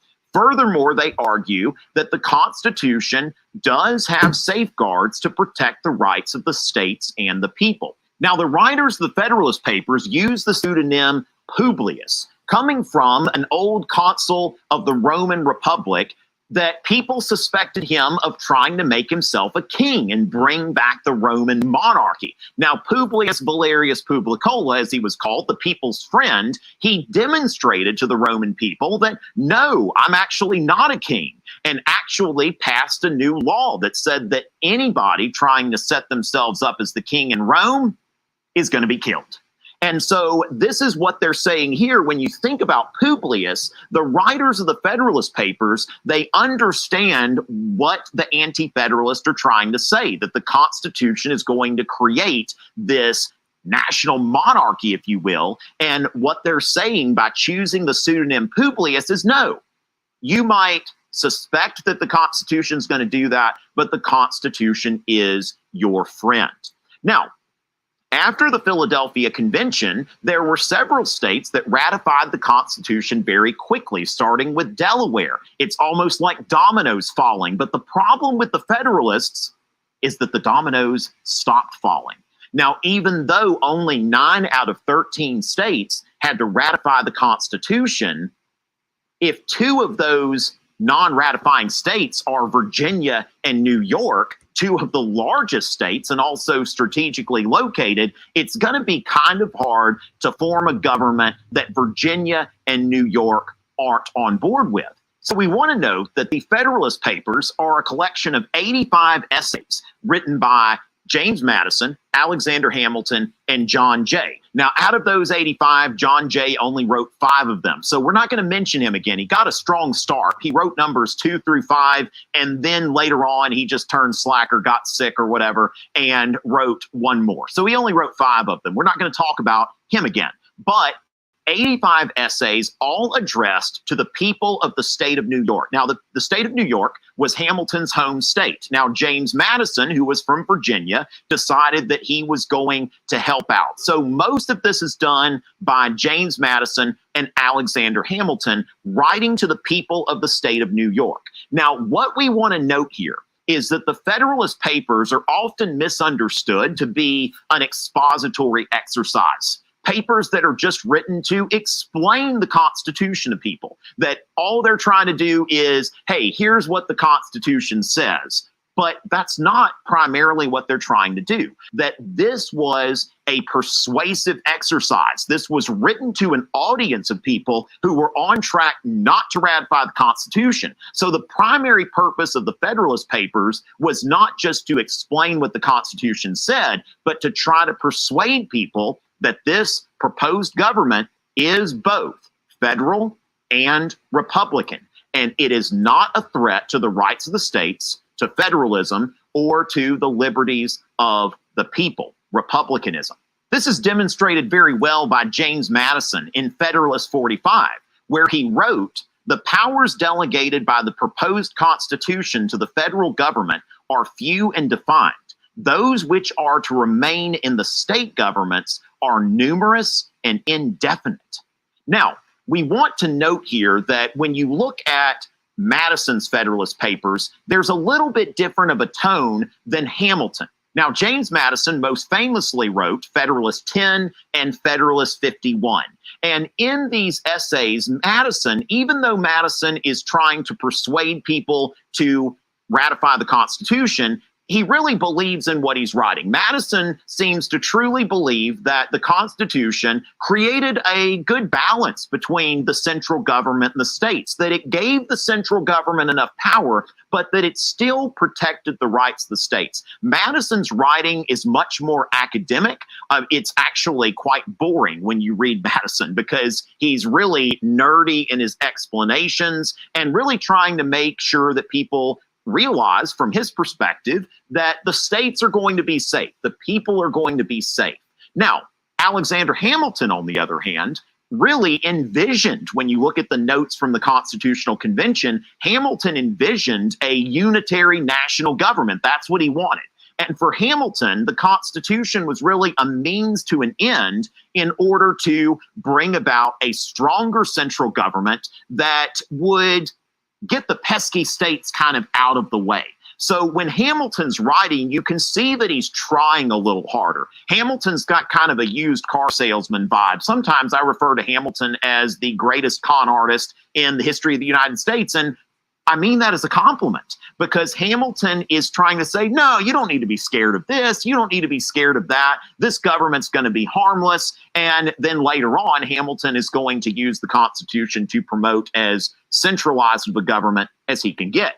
And we're going to especially see this in Federalist 78, where Hamilton is writing, no, you don't have to worry about the judiciary. It's going to be the least dangerous branch. You're barely going to notice it. And of course, in Federalist 84, where Hamilton writes, the Constitution doesn't need a Bill of Rights because there's already stuff in there to limit the power of the central government. So you don't really need a Bill of Rights. In fact, it's actually kind of dangerous. At this point, we want to take note of the overall objective of the Federalist Papers, which was not only to get the Constitution ratified, but to get the Constitution ratified as it was, as it came out of Philadelphia, without any amendments whatsoever. Now, in that sense, it was a partial success because the Constitution was ratified. The New York Ratifying Convention voted 30 to 27 to ratify the Constitution. Now, when you do the math there, if 2 delegates would have voted the other way, New York would not have ratified the Constitution.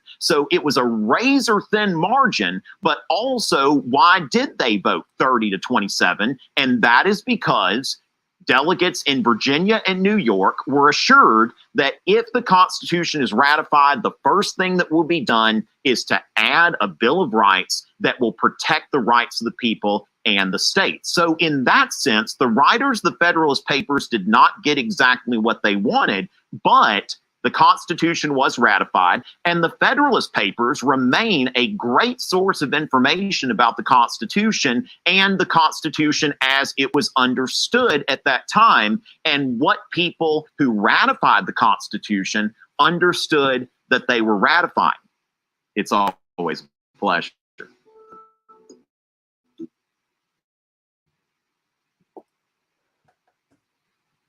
Now that was very...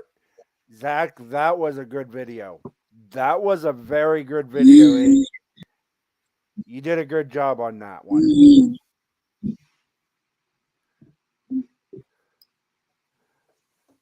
Because you could, yeah, because if you, and I will put my website, if you guys want to download the Constitution, the Federalist Papers, the Anti-Federalist. I have other things on there, but I'm not gonna say what they are. If you want to go, I will put my link in the, I will put the link for all the PDFs I have on my website, and you guys can go and check out what I have.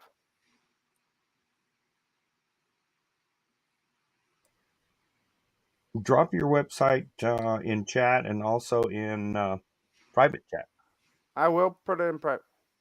Make sure I get it. You know, and that goes for me too. I've been doing this YouTube thing for quite a while, and I've got some really good videos. And one of my best videos is 10 Steps to Assembly. The second to that would be a video that I did a compilation of Red Beckman.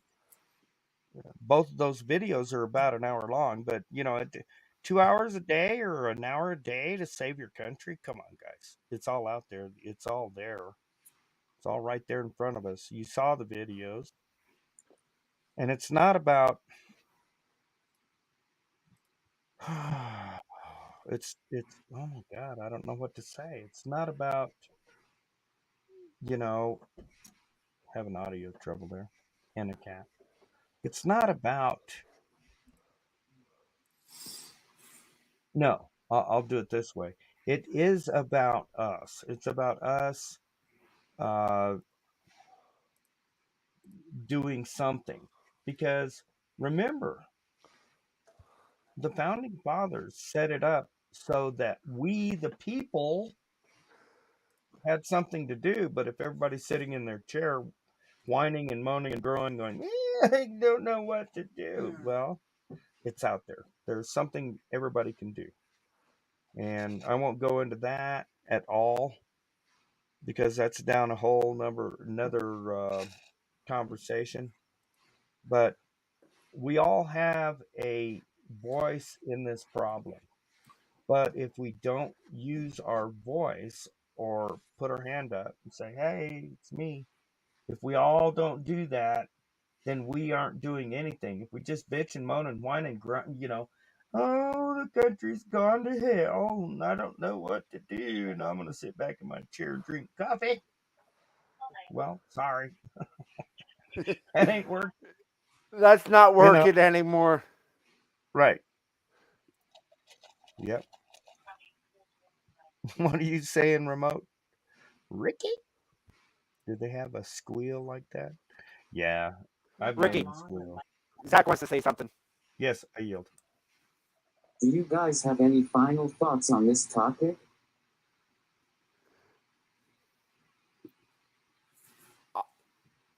Just if you have the time and you want to read the Federalist Papers, the Constitution, the Anti-Federalist Papers, please go to my website. Please go and download those. They are a wealth of knowledge. And I'm happy Zach did the Federalist Papers because it does show a lot of the roots of our Constitution and what they were thinking at the time.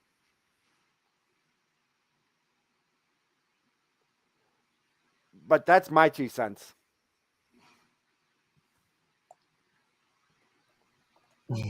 My last word would be, no matter what you hear, you have to remember you have an inner circle that you have to protect. You have to protect your mind from all the propaganda and the bullshit that they're inundating us with. And you have to be quiet and listen. You got to stay within your circle. And if something comes in your circle, your inner circle, where you associate with your creator, if something is in that inner circle, you got to get it out. If it's disrupting your vibe or whatever, I call it peace myself, you got to get it out, and you got to focus. You got to pick a target and focus on a target. Maybe for some people, my target would be understanding the Constitution and Bill of Rights. Maybe another person's target would be teaching their children about the Constitution, Bill of Rights. Everybody's target is different. We're all different people. We got to stop all the drama. Notice how I said that. That's how it's spelled. Got to stop all the drama and the bickering with each other, and don't feed the trolls. If it's a troll out there talking crap, just don't talk to them. Ignore them. They'll go away. Don't feed them. They'll go away. But above everything else, we got to stick together as a team, as a family, as a unit. Because if we are divided, we have no voice. We're not strong. But if we're a unit, then we have voice. And then we're strong. That's my last word. Oh wait, Zach, look, Zachary. I love you. I love you guys in chat, and I yield.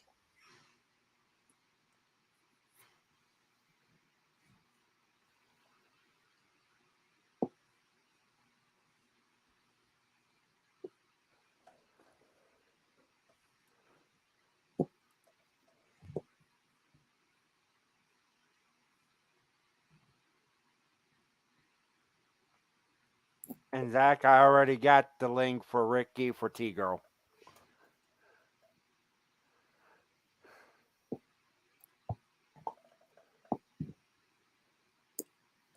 Okay, so I'm going to drop a link from my channel that is private to all you guys.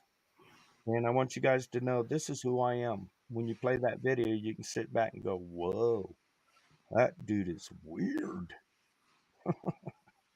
You know, but it's a real me. It's me hanging out with the family. I'll drop that link. I'll find it. And I love you guys.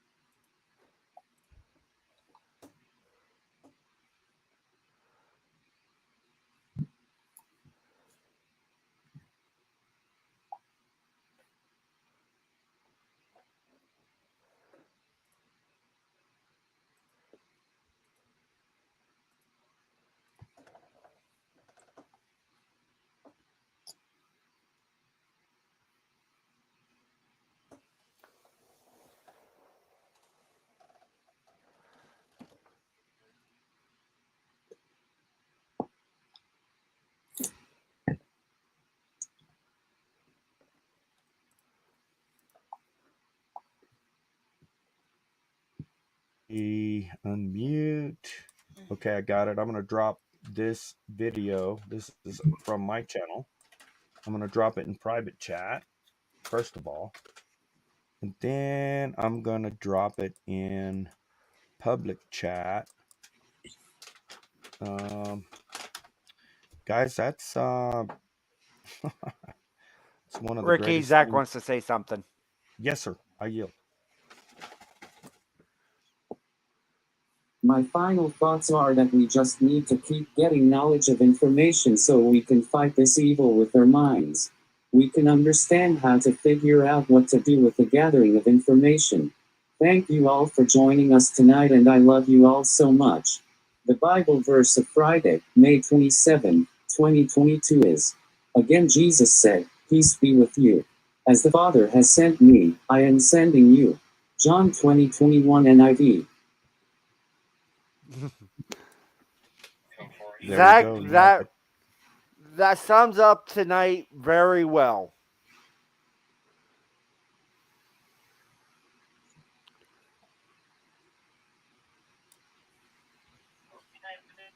Thank you, guys. Thank you guys Ricky. for letting me join on a Thursday. I hope I wasn't out of line or out of bounds or anything.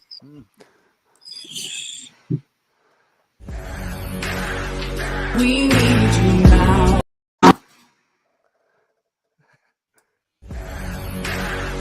We need you now. We need you now. One day, one day, one day,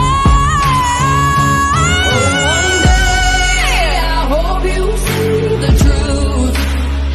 This puppet show stays on because of you.